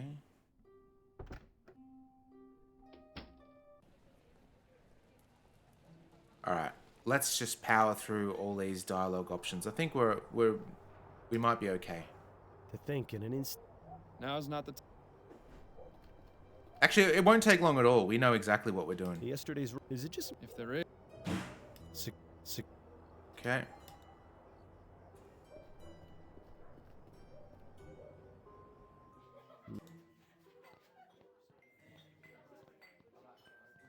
Excuse me. You know. Were you. Any thoughts? Will. Tell me.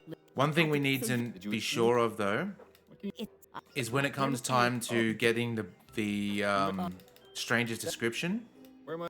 we should pay attention. Right. What can you... Hey now, buck up. You Right. Get carried away. There you are. There's 3. Now. Why do you... Wait, Okay. Do we even meet singing, Tom? Tell me... I see. I believe. If this is going where. I appreciate... Yeah. I don't think we did.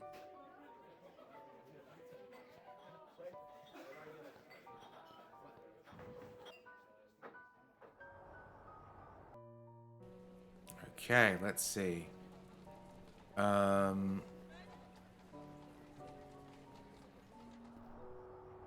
So let's...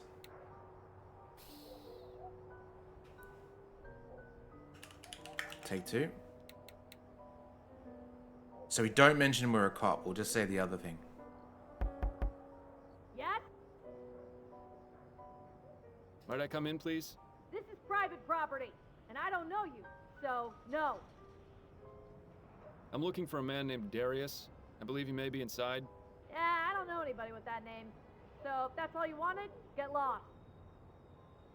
Nothing. Never mind. Stop wasting my time. Now we'll see if we can...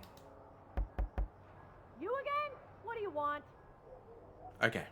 Nothing. Never mind. This looks like we're in a good spot with that then. All right, let's go to... You're doing it too early. All right, Mr. Chavez. Pardon me. I don't think it's closed off though, I'm because sure we never Barbara said will- that. Thank you. Yeah. Have you got time? Yeah. What can... What What do you... What sort... Can you give... So...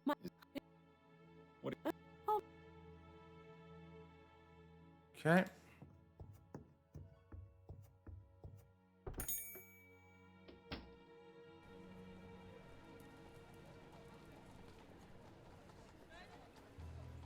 All right, this Is this So the this is what it's description? come. Just Begging your What? my name. I'm looking. I just said. Oh, it can be. You know. You right. Do you know anything? No. Could he be any more? Is it difficult? Yeah. Wasn't so. Tapping on. You. Do you have any? But. Would you be able to remove? Yes, just a few. Excellent. Would you be able to open the storm drain outside the Silent Raven? Suppose so. What do you want this drain open for? Actually, we should probably not do this conversation yet because we need the stranger conversation. And if he goes to the bar to drink the pint afterwards, it might lock us out. Okay. I. Very. Okay. I'll let be. All right. So we go here. Hello and welcome. Talk to creepy mate. I was told that because Where? were you aware that But Strange man. We want that in a second. you, what does use just where? So how did you Oh, anything?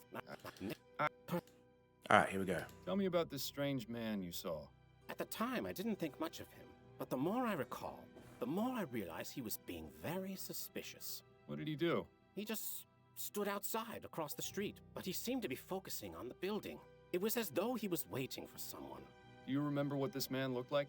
I didn't get a very good look at him, but I do remember some things. Okay. He was tall and had a heavy build. All right. Good. Like a boxer or a dock worker. Yep. He had a beard, I think. Or mutton chops at the very least. Yep. And as far as I can recall, he was wearing all black. He also had on some kind of cap.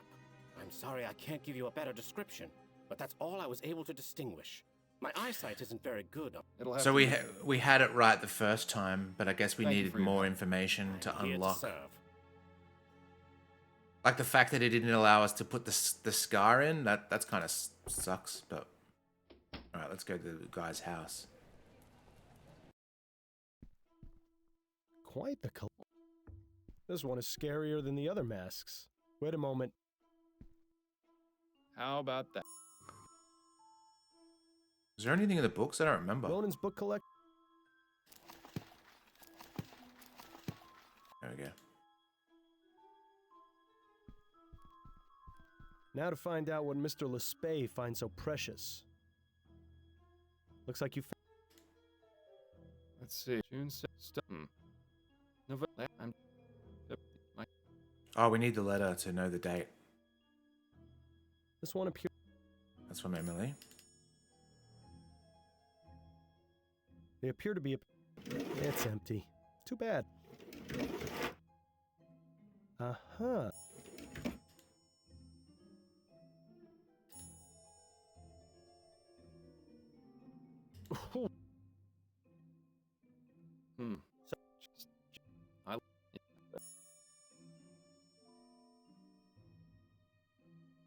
February.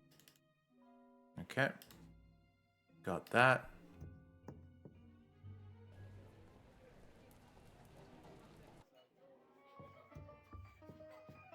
Ah, the crimson. Which Beg your pardon.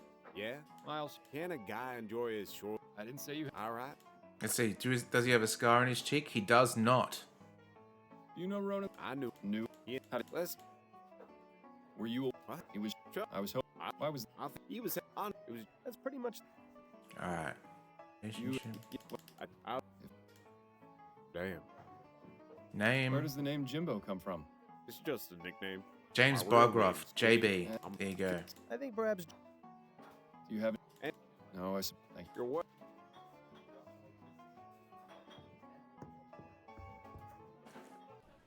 Okay, where were we? You can talk to the bar lady again and say, "Oi, we know."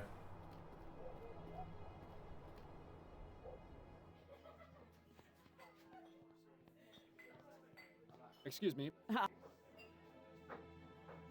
I was given the physical description of a man. Perhaps. He's tall. Bit. I was afraid that might be the case. I appreciate you. Yeah. Gotta talk to sewer mate to get that description first. To contradict her.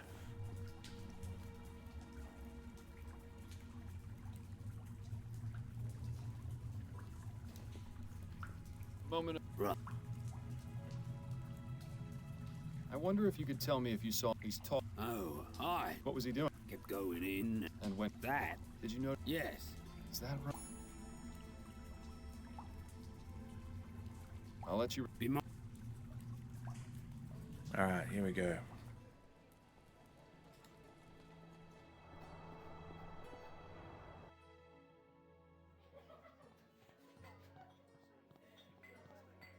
Excuse me, barmaid?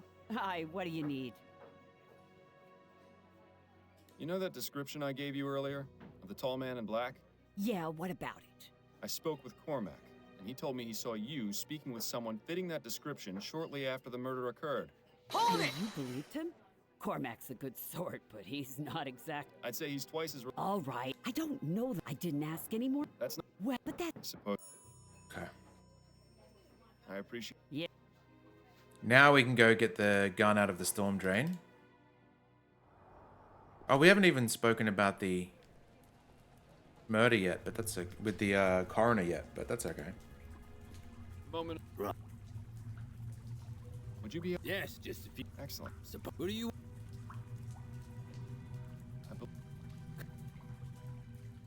This it there? That's right. Yeah, we should go to the opium in a sec. Because that'll mean that we'll have a lot more information. Thank you for your help, Cormac. Not a problem. Now, if... Okay.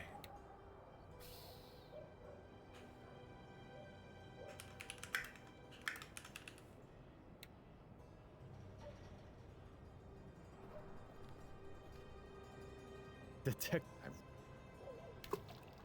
Ugh. I really like This this is sort almost of as bad as the cutscene time I had to bit. search for that stone. I'm really. Mm. Well. Reminds me of the Quite dig. effective. Wish the police had... Yeah, the animation looks a bit similar. Alright, let's go to the coroner. And do we look at... Have we looked at that bookcase with all the books? I was beginning Which to wonder one? when you'd show up. The one that Well, mentions wonder no opium longer. dens? I'm here and I need to see Dr. Edwards. Was that the one with the kangaroos and stuff? That same bookcase? I'm assuming so, yeah. 'Cause I went and on the did other them. books, though. Yeah. So he needs to look at that book on opium so he knows the term riding the dragon. Okay. I hope I'm not... Ah, Fordham. Always a... Have you got... Of course. So what can you... Any... Well, and... Did the post... It shouldn't... Did you know... I found... No, I... It's an exact match. Right. I can... The book... Thank you, Edward. There's... My expertise with guns is... That's... Thank you. How's the coroner? Don't quit your... Yeah. What are your thoughts? There was an... I think our friend Edwards needs to get out. I'll be going. Take care. And remember... Does this pistol mean anything to you? Alright, we'll go back to the books about riding the dragon. And just to be safe. I did click through them, but... I seem to click through them. Should be okay. I'll just double check anyway. They're here.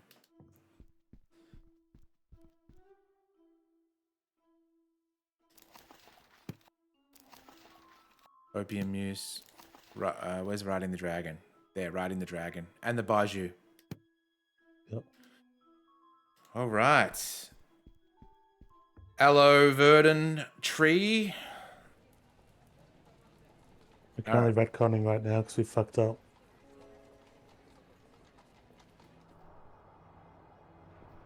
Alright, let's save this and we'll call it Riding the Dragon.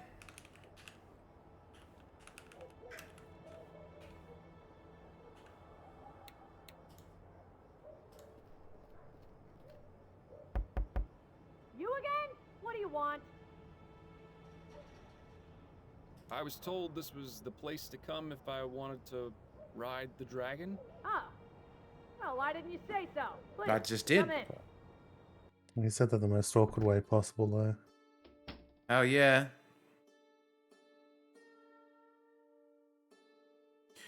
Were there opium dens in Frisco as well? Because I think that is it is it called Warrior? Is that what the show's called? It's like where Chinese came to San Francisco and it's like the martial arts show, and Tongs knows what I'm talking about.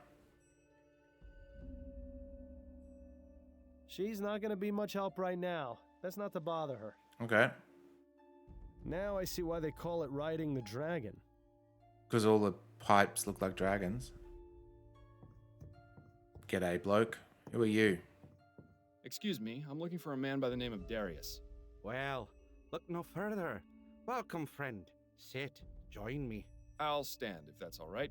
I was wondering if I could ask you a few questions. Questions are the path to enlightenment. Answers fly by as birds on the breeze. But will a caged bird sing? That is the true question. That's the heroine talking. He's as high as a kite. This is gonna be worse than pulling teeth. Oh, it's Willem Dafoe, kind of. Are you familiar with a man named Ronan Le Spay? I know many men. Some old, some young, some rich, some poor. Some I know by name, some by face. He's got But the scar. This man you speak of. Not quite a shepherd's Ronan, crook, but yeah, he's got he it. is unfamiliar to me. I have a ferrotype. Do you recognize him? Forgive me, but my eyes are blurry. I cannot make out his features. Well, he's useless, isn't he? Too bad there's no way to snap him out of it, like there was with Dupre's kid. Do you know anything about the murder outside the Silent Raven on election night? Murder? Was it a murder? It was. A man was shot in cold blood. That would explain the commotion, as well as the sound. So you heard the gunshot? I did. I thought it might have been one of the voting machines making the noise. But then there were shouts, and people began to run. Did you see or hear anything before you heard the gunshot? I seem to remember hearing a man shouting a name. A name? Yes. It sounded like Priscilla. Well, how about that? He's managed to be of some use after all. Assuming he's telling the truth, of course. And does the name Priscilla mean anything to you? Afraid not, young man. Okay. What can you tell me about the Silent Raven? Ah, the Raven. My home away from home. I would have thought that was this place. Unless this one is just the home. Do you have many friends there? People you speak with often? Yes, friends. I call them friends anyway, but really, what is a friend? Someone who drinks with you? Someone who shares secrets with you? Are those friends? What is a man? My father used to tell me that the only two friends you had were your mother and the crown in your pocket. Well, both of those are gone now, so what does that mean for me? I don't know, sir. I'm just asking about people you speak to at the Raven. The barmaid, Nicole, she gets mad at me sometimes when I break things. But she's all right. Have you ever conversed with a patron called Singing Tom? Singing Tom? You mean old Tom Puffin? I'm not sure. I was just told he was called Singing Tom and was a regular at the Silent Raven. That's the man. I see him in here all the time. In here? Not just at the Raven? Tom is a child of the poppy, just as I am. He truly understands the world as it is. Do you know where I might be able to find him? Yes. He's the choir master at St. Denis Cathedral. Oh, That's jeez. where he spends his time when he's not here. You mean to tell me we have to talk to another one of these loonies? Wonderful. Crazy that one dialogue choice just breaks everything else. Do you often come to this establishment, Darius? Oh, yes. This place is better than any doctor or hospital. It has exactly the cure I need. Cure? For what? I'm ill, sir. Just as you are. Just as we all are. Infected by a terrible disease known as life. Speak for yourself. But spend a few hours in here with the intoxicating nectar of the poppy, and you'll find nothing can defeat you. So did you manage to get out of here and vote? Please don't bother me with such trivial matters. Why should I care who leads the government? As long as they don't outlaw places like this, they can do whatever they please. Is this guy ignorant or just apathetic? Yeah, well, I don't know, and I don't care. I was wondering if you could tell me whether you saw a certain man at the Raven on election night. He's tall, of strong build, with a beard or mutton chops, dressing all in black and possibly wearing a cap. Lots of people like that go to the Raven. I see loads of them every night. But now that you mention it, I do remember someone like that. He was a strange one. How so? I remember one of the times he came in, he was adjusting his hat. I could have sworn when he took it off for just a moment, his hair was bright red. How is that strange, exactly? Because his beard was jet black. It was the oddest thing I'd seen. Okay. Well, it was the oddest thing I'd seen, until his beard slid halfway down his face. I see. Well, thank you for the information. Oh. Wonderful. This testimony is about as useful as a hole in the head. Then again, there might be something to it. Fake beard. Goodbye, sir. Goodbye, young man. Who has red hair that May we've you met? find peace and happiness. No one yet, I guess. She's not going to be much help right now. Best not to bother her. All right. Well, let's put the APB out on what we've got so far.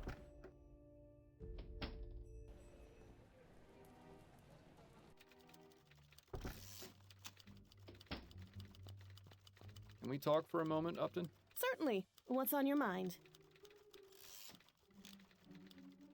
You wouldn't happen to know anything about Ronan Lespay. Oh. I suggest I'm guessing I can.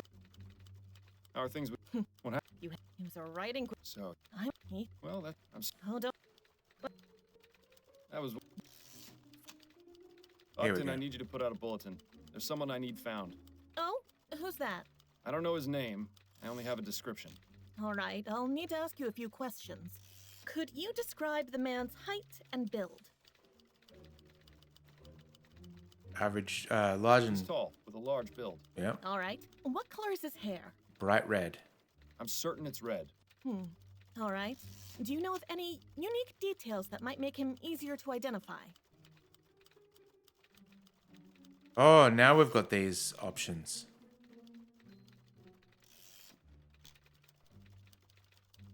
Scar's the most. I reckon it's gonna allow us to choose more, but Scar's the most But identifiable one over the. oh, unless the scar that old mate just had then isn't the scar we're referring to, it's like doing a Guess Who style thing. Yeah, I think Yes, so. he has a scar on his left cheek in the shape of a shepherd's crook. Good. That will be helpful. All right, I'll put out the bulletin. Give me a moment. All right, the bulletin is out. I'll let you know if... Whoop. Upton, just got your bulletin. Hello, Giles. Have you got something for me? As a matter of fact, I've got someone in the jail fitting your description perfectly. You don't say. Yup. Name's Harvey Presser. Got picked up a couple of days ago. Okay. Thank you, Giles. You heard the man, Fordham. You've got yourself someone to interrogate over at Bow Street. Nice. Okay. Cool, cool, cool. Did we... Let's go speak to old mate in here with the goggles. Old Riddick himself, and we'll see if he has I the... don't think the good... Never mind. Okay. About this time, maybe because we're doing the wrong order, different order, but in the walkthrough at the same time put out the bulletin. Just before putting out the bulletin, the walkthrough is to talk to him and get the results.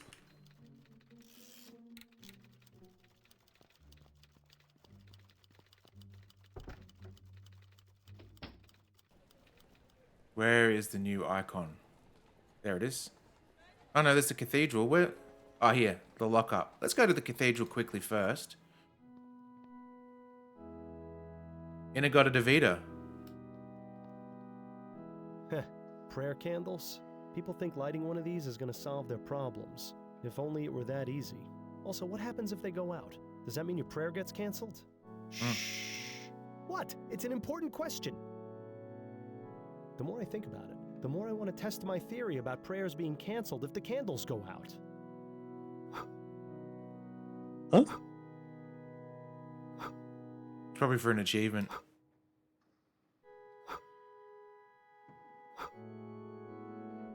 Well, that's all of them. Hope you made a wish. No achievement? No. I don't know what it means. I beg your pardon. Are you Tom Puffin?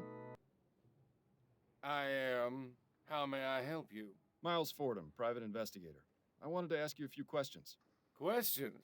Have I done something wrong? No, Mr. Puffin. I simply believe you may have some information that I need. Very well, then. Okay. Jesus, what a hairstyle. It's like party on the top and party at the back. Yeah, What it's were like you two doing on different election wigs. night, Mr. Puffin? Election night? It even looks like the top That wig was is over ages the mullet. ago, wasn't it? It was 4 nights ago, to be precise. Oh, you have to understand. I have trouble recalling what I ate for breakfast this morning, let alone what happened 4 nights ago. Well, isn't that convenient? Do try to remember, Mr. Puffin. It's quite important. GC, how you doing? Well, I know I voted at my local polling place, the Silent Raven. And then... I'm not sure, actually. But Then my Did you hair know got anything about into the a murder fight with a outside the squirrel Silent and Raven? lost, as you can well see. Murder? Yes, a man was shot. Did you see or hear anything? I don't remember. I don't think so, no. How long were you at the Raven that evening? Not very long, I don't think. I went, voted, stayed for a drink, and then I left. You recall what you did the rest of the evening?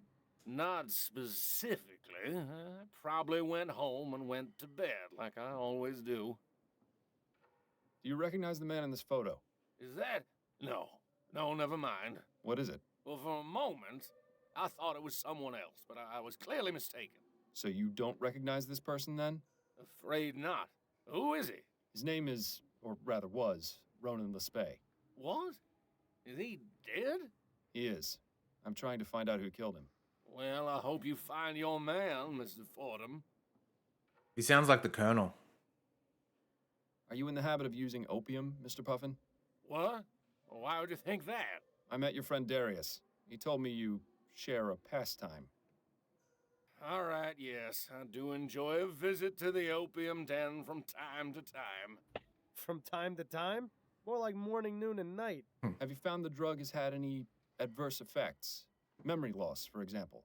I admit I'm not quite as quick as I used to be, but without it, I'm in constant pain. Is that right? I fell off a horse when I was 15, and ever since then, my back's not been right. The doctors haven't been able to help. Poppy is my only comfort. I wish there were another way. It might be worth seeking a more professional opinion about the effects of opium. Maybe the opium is doing that to his hair. Does the name Priscilla mean anything to you? Priscilla? What does that have to do with anything? The name has come up in my investigation. Is it someone you're acquainted with? He has his hair styled at the opium I don't den. know anyone by that name. He certainly seemed concerned about her, though. There's like too much like bukak in his hair. It's giving him that style. How did you become choir master of this church? Oh, well, I studied music at the University of New Britannia. Once I completed my studies, I began writing symphonies in hopes of securing a patron, but I had no luck. So I decided to focus on choral compositions. I sent a few pieces to the bishop, and he offered me the position. And you enjoy it? Oh, yes, sir, immensely. I'm able to continue composing songs for our choir, as well as teach music to our young members. I take my church duties very seriously. I What do else do you declare. besides lead the choir? Just a few things here and there, making sure the aisles and the pews are clean, tending to the prayer candles, and that sort of thing. Funny you should mention that. All the They prayer haven't been candles. tending. They haven't been tending too well. They're all out. What if this is the typical point and click distraction where we have to blow the candles out for him to leave the organ so we can do something with the organ? Maybe. So, what do you think of the election results? All right, the election. Who won? Leroy. He beat Atwood by a significant margin. Oh, I suppose that's good. I think I may have voted for him, but I'm not sure.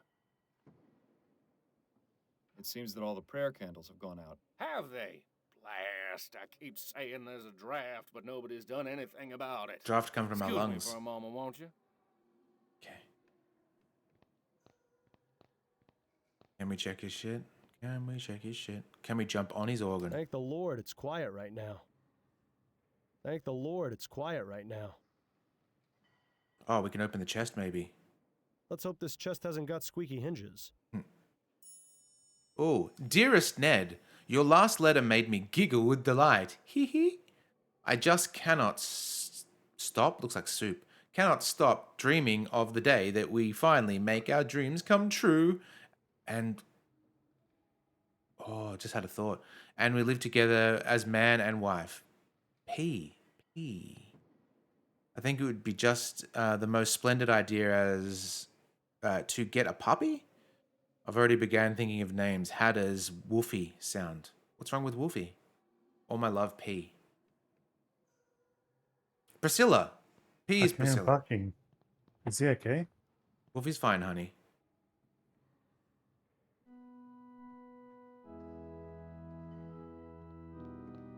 Could I have another moment of your time, Mr. Puffin? Yes, I suppose so.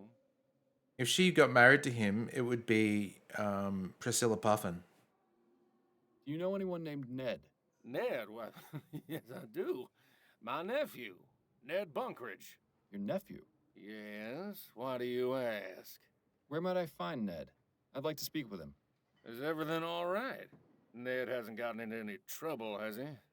I always tell him just because he's training his body, that's no excuse to pick fights. Oh. No, he hasn't gotten into any trouble. Oh, well, he lives in Lyon, at 511 Parkside Terrace. Right. Thank you for the information. Okay. If Ned's the one that's in prison, I'll let you resume your practicing. let's go Mr. break Puffin. into his house. Thank you. Have a blessed day. But before we go... Oh, damn. I was hoping we could blow out the candles again for lols. This angel looks like it would throw its lamp at you as soon as you turned your back on it.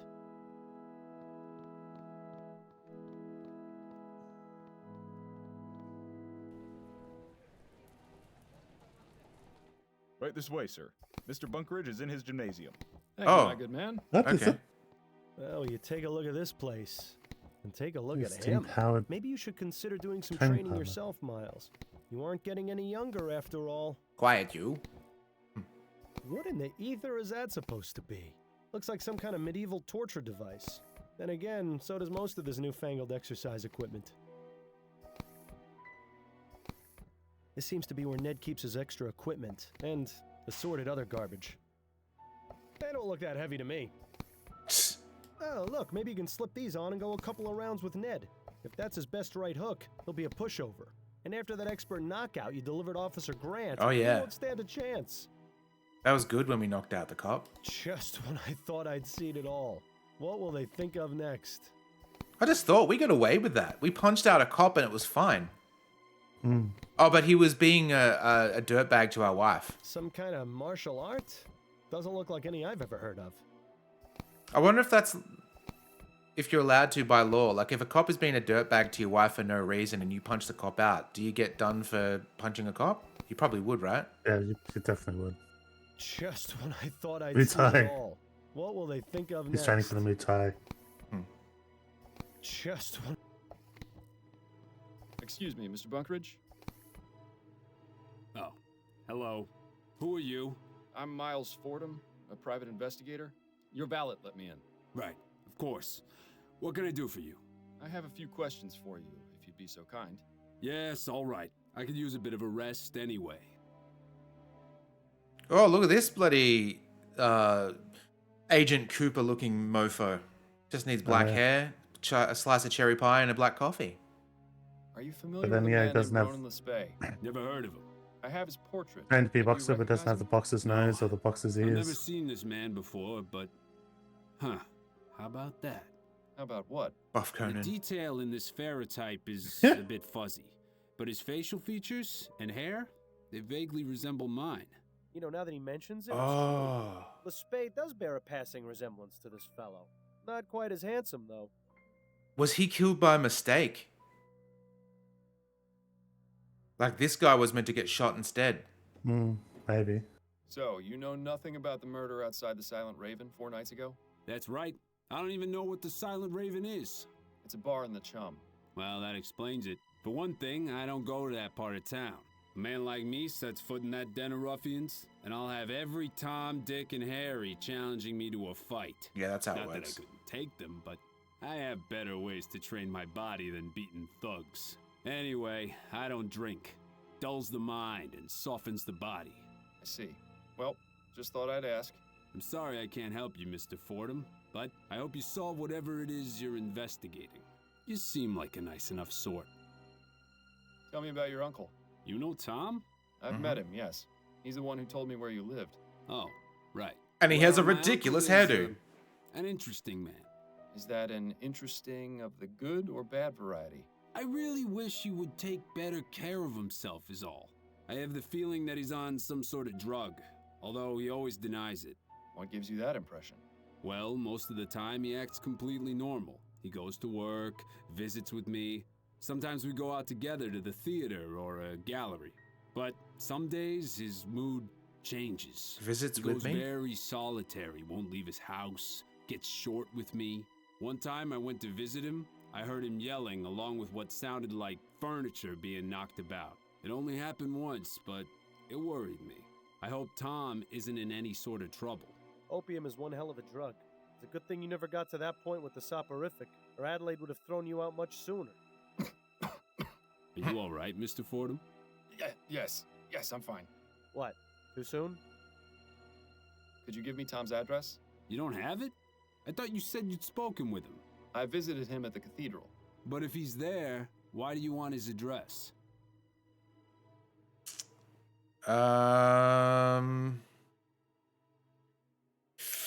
This feels like a lockout. Let's never mind that for the moment. On second thought, never mind.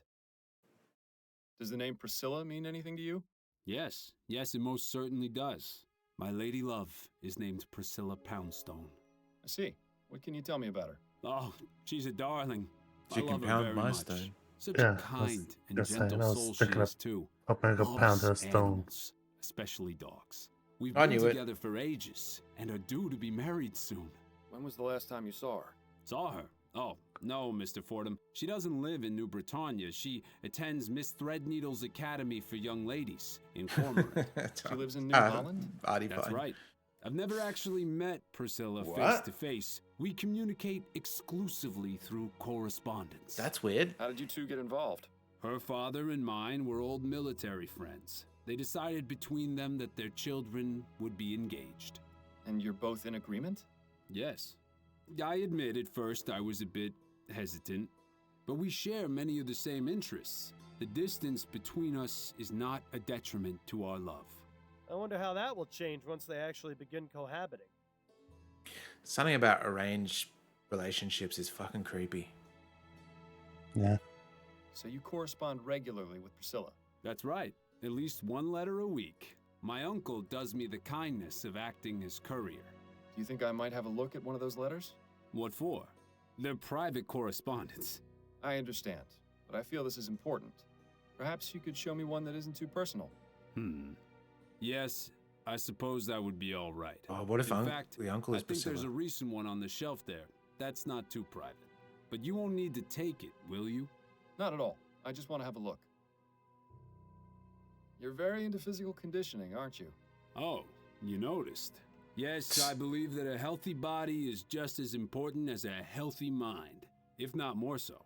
Well, he's definitely prioritizing the former. It's important to keep fit, especially at a job like mine where I'm in a chair most of the day. What job is that? I'm a clerk at the Bank of Vespuccia, but someday I hope to leave and teach others about the health benefits of regular exercise. This is a subtle dig at Perhaps gamers. even open up my own gymnasium. Might be, yeah. He actually thinks people are going to go for that. Good luck to him. How do you feel about the election outcome? I'm disappointed.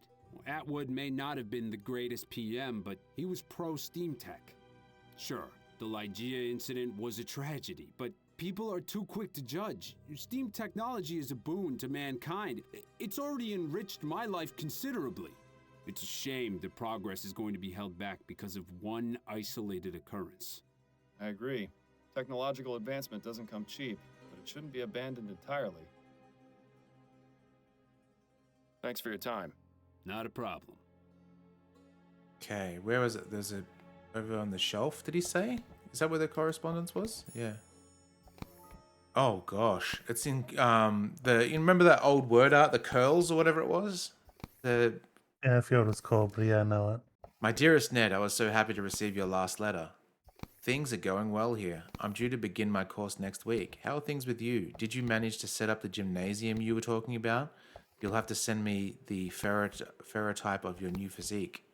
Ferrotype, I guess, is photo. That is different. Wait just a minute. Something's off here. The handwriting in this letter is different to the one we found before.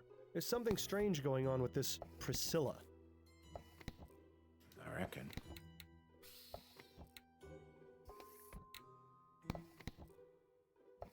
Could I ask you a few more questions, Mr. Bunkridge? All right, but try not to take too long. Don't want to drop my heart rate too much. About your uncle's address? What about it? Why do you want it? I think there's something going on between him and Priscilla.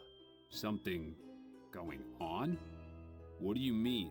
I found a letter addressed to you from her at the cathedral, and the handwriting is different to the letter you have here.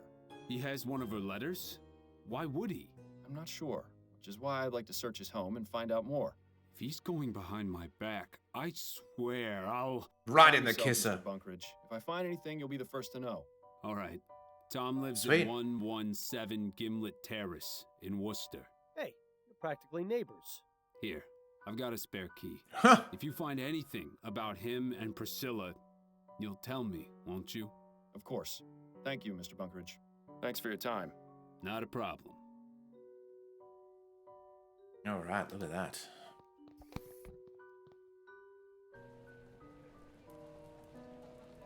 What's his Puffin? The Puffin's residence, that's it there. Puffin and the jail. Maybe we'll go to the Puffin first. Oh, we're in. Nice place. Tidy. Nothing incriminating that I can see. People rarely leave anything incriminating out in the open. It's time to have a look around. All right. I reckon that is where we'll call it for today. We'll go, just as a reminder, Puffin, then jail. Sweet. Alrighty. Well, thanks everyone for joining. As always, it has been fantastic to have you guys in chat, watching us plod through this adventure game. It's a bit of a shame that we locked ourselves out immediately, but we got back on track pretty quick, skipping all that dialogue. It only took, 5 minutes tops, probably. So, yeah, that's good. Let's see if there's anyone on to raid across to.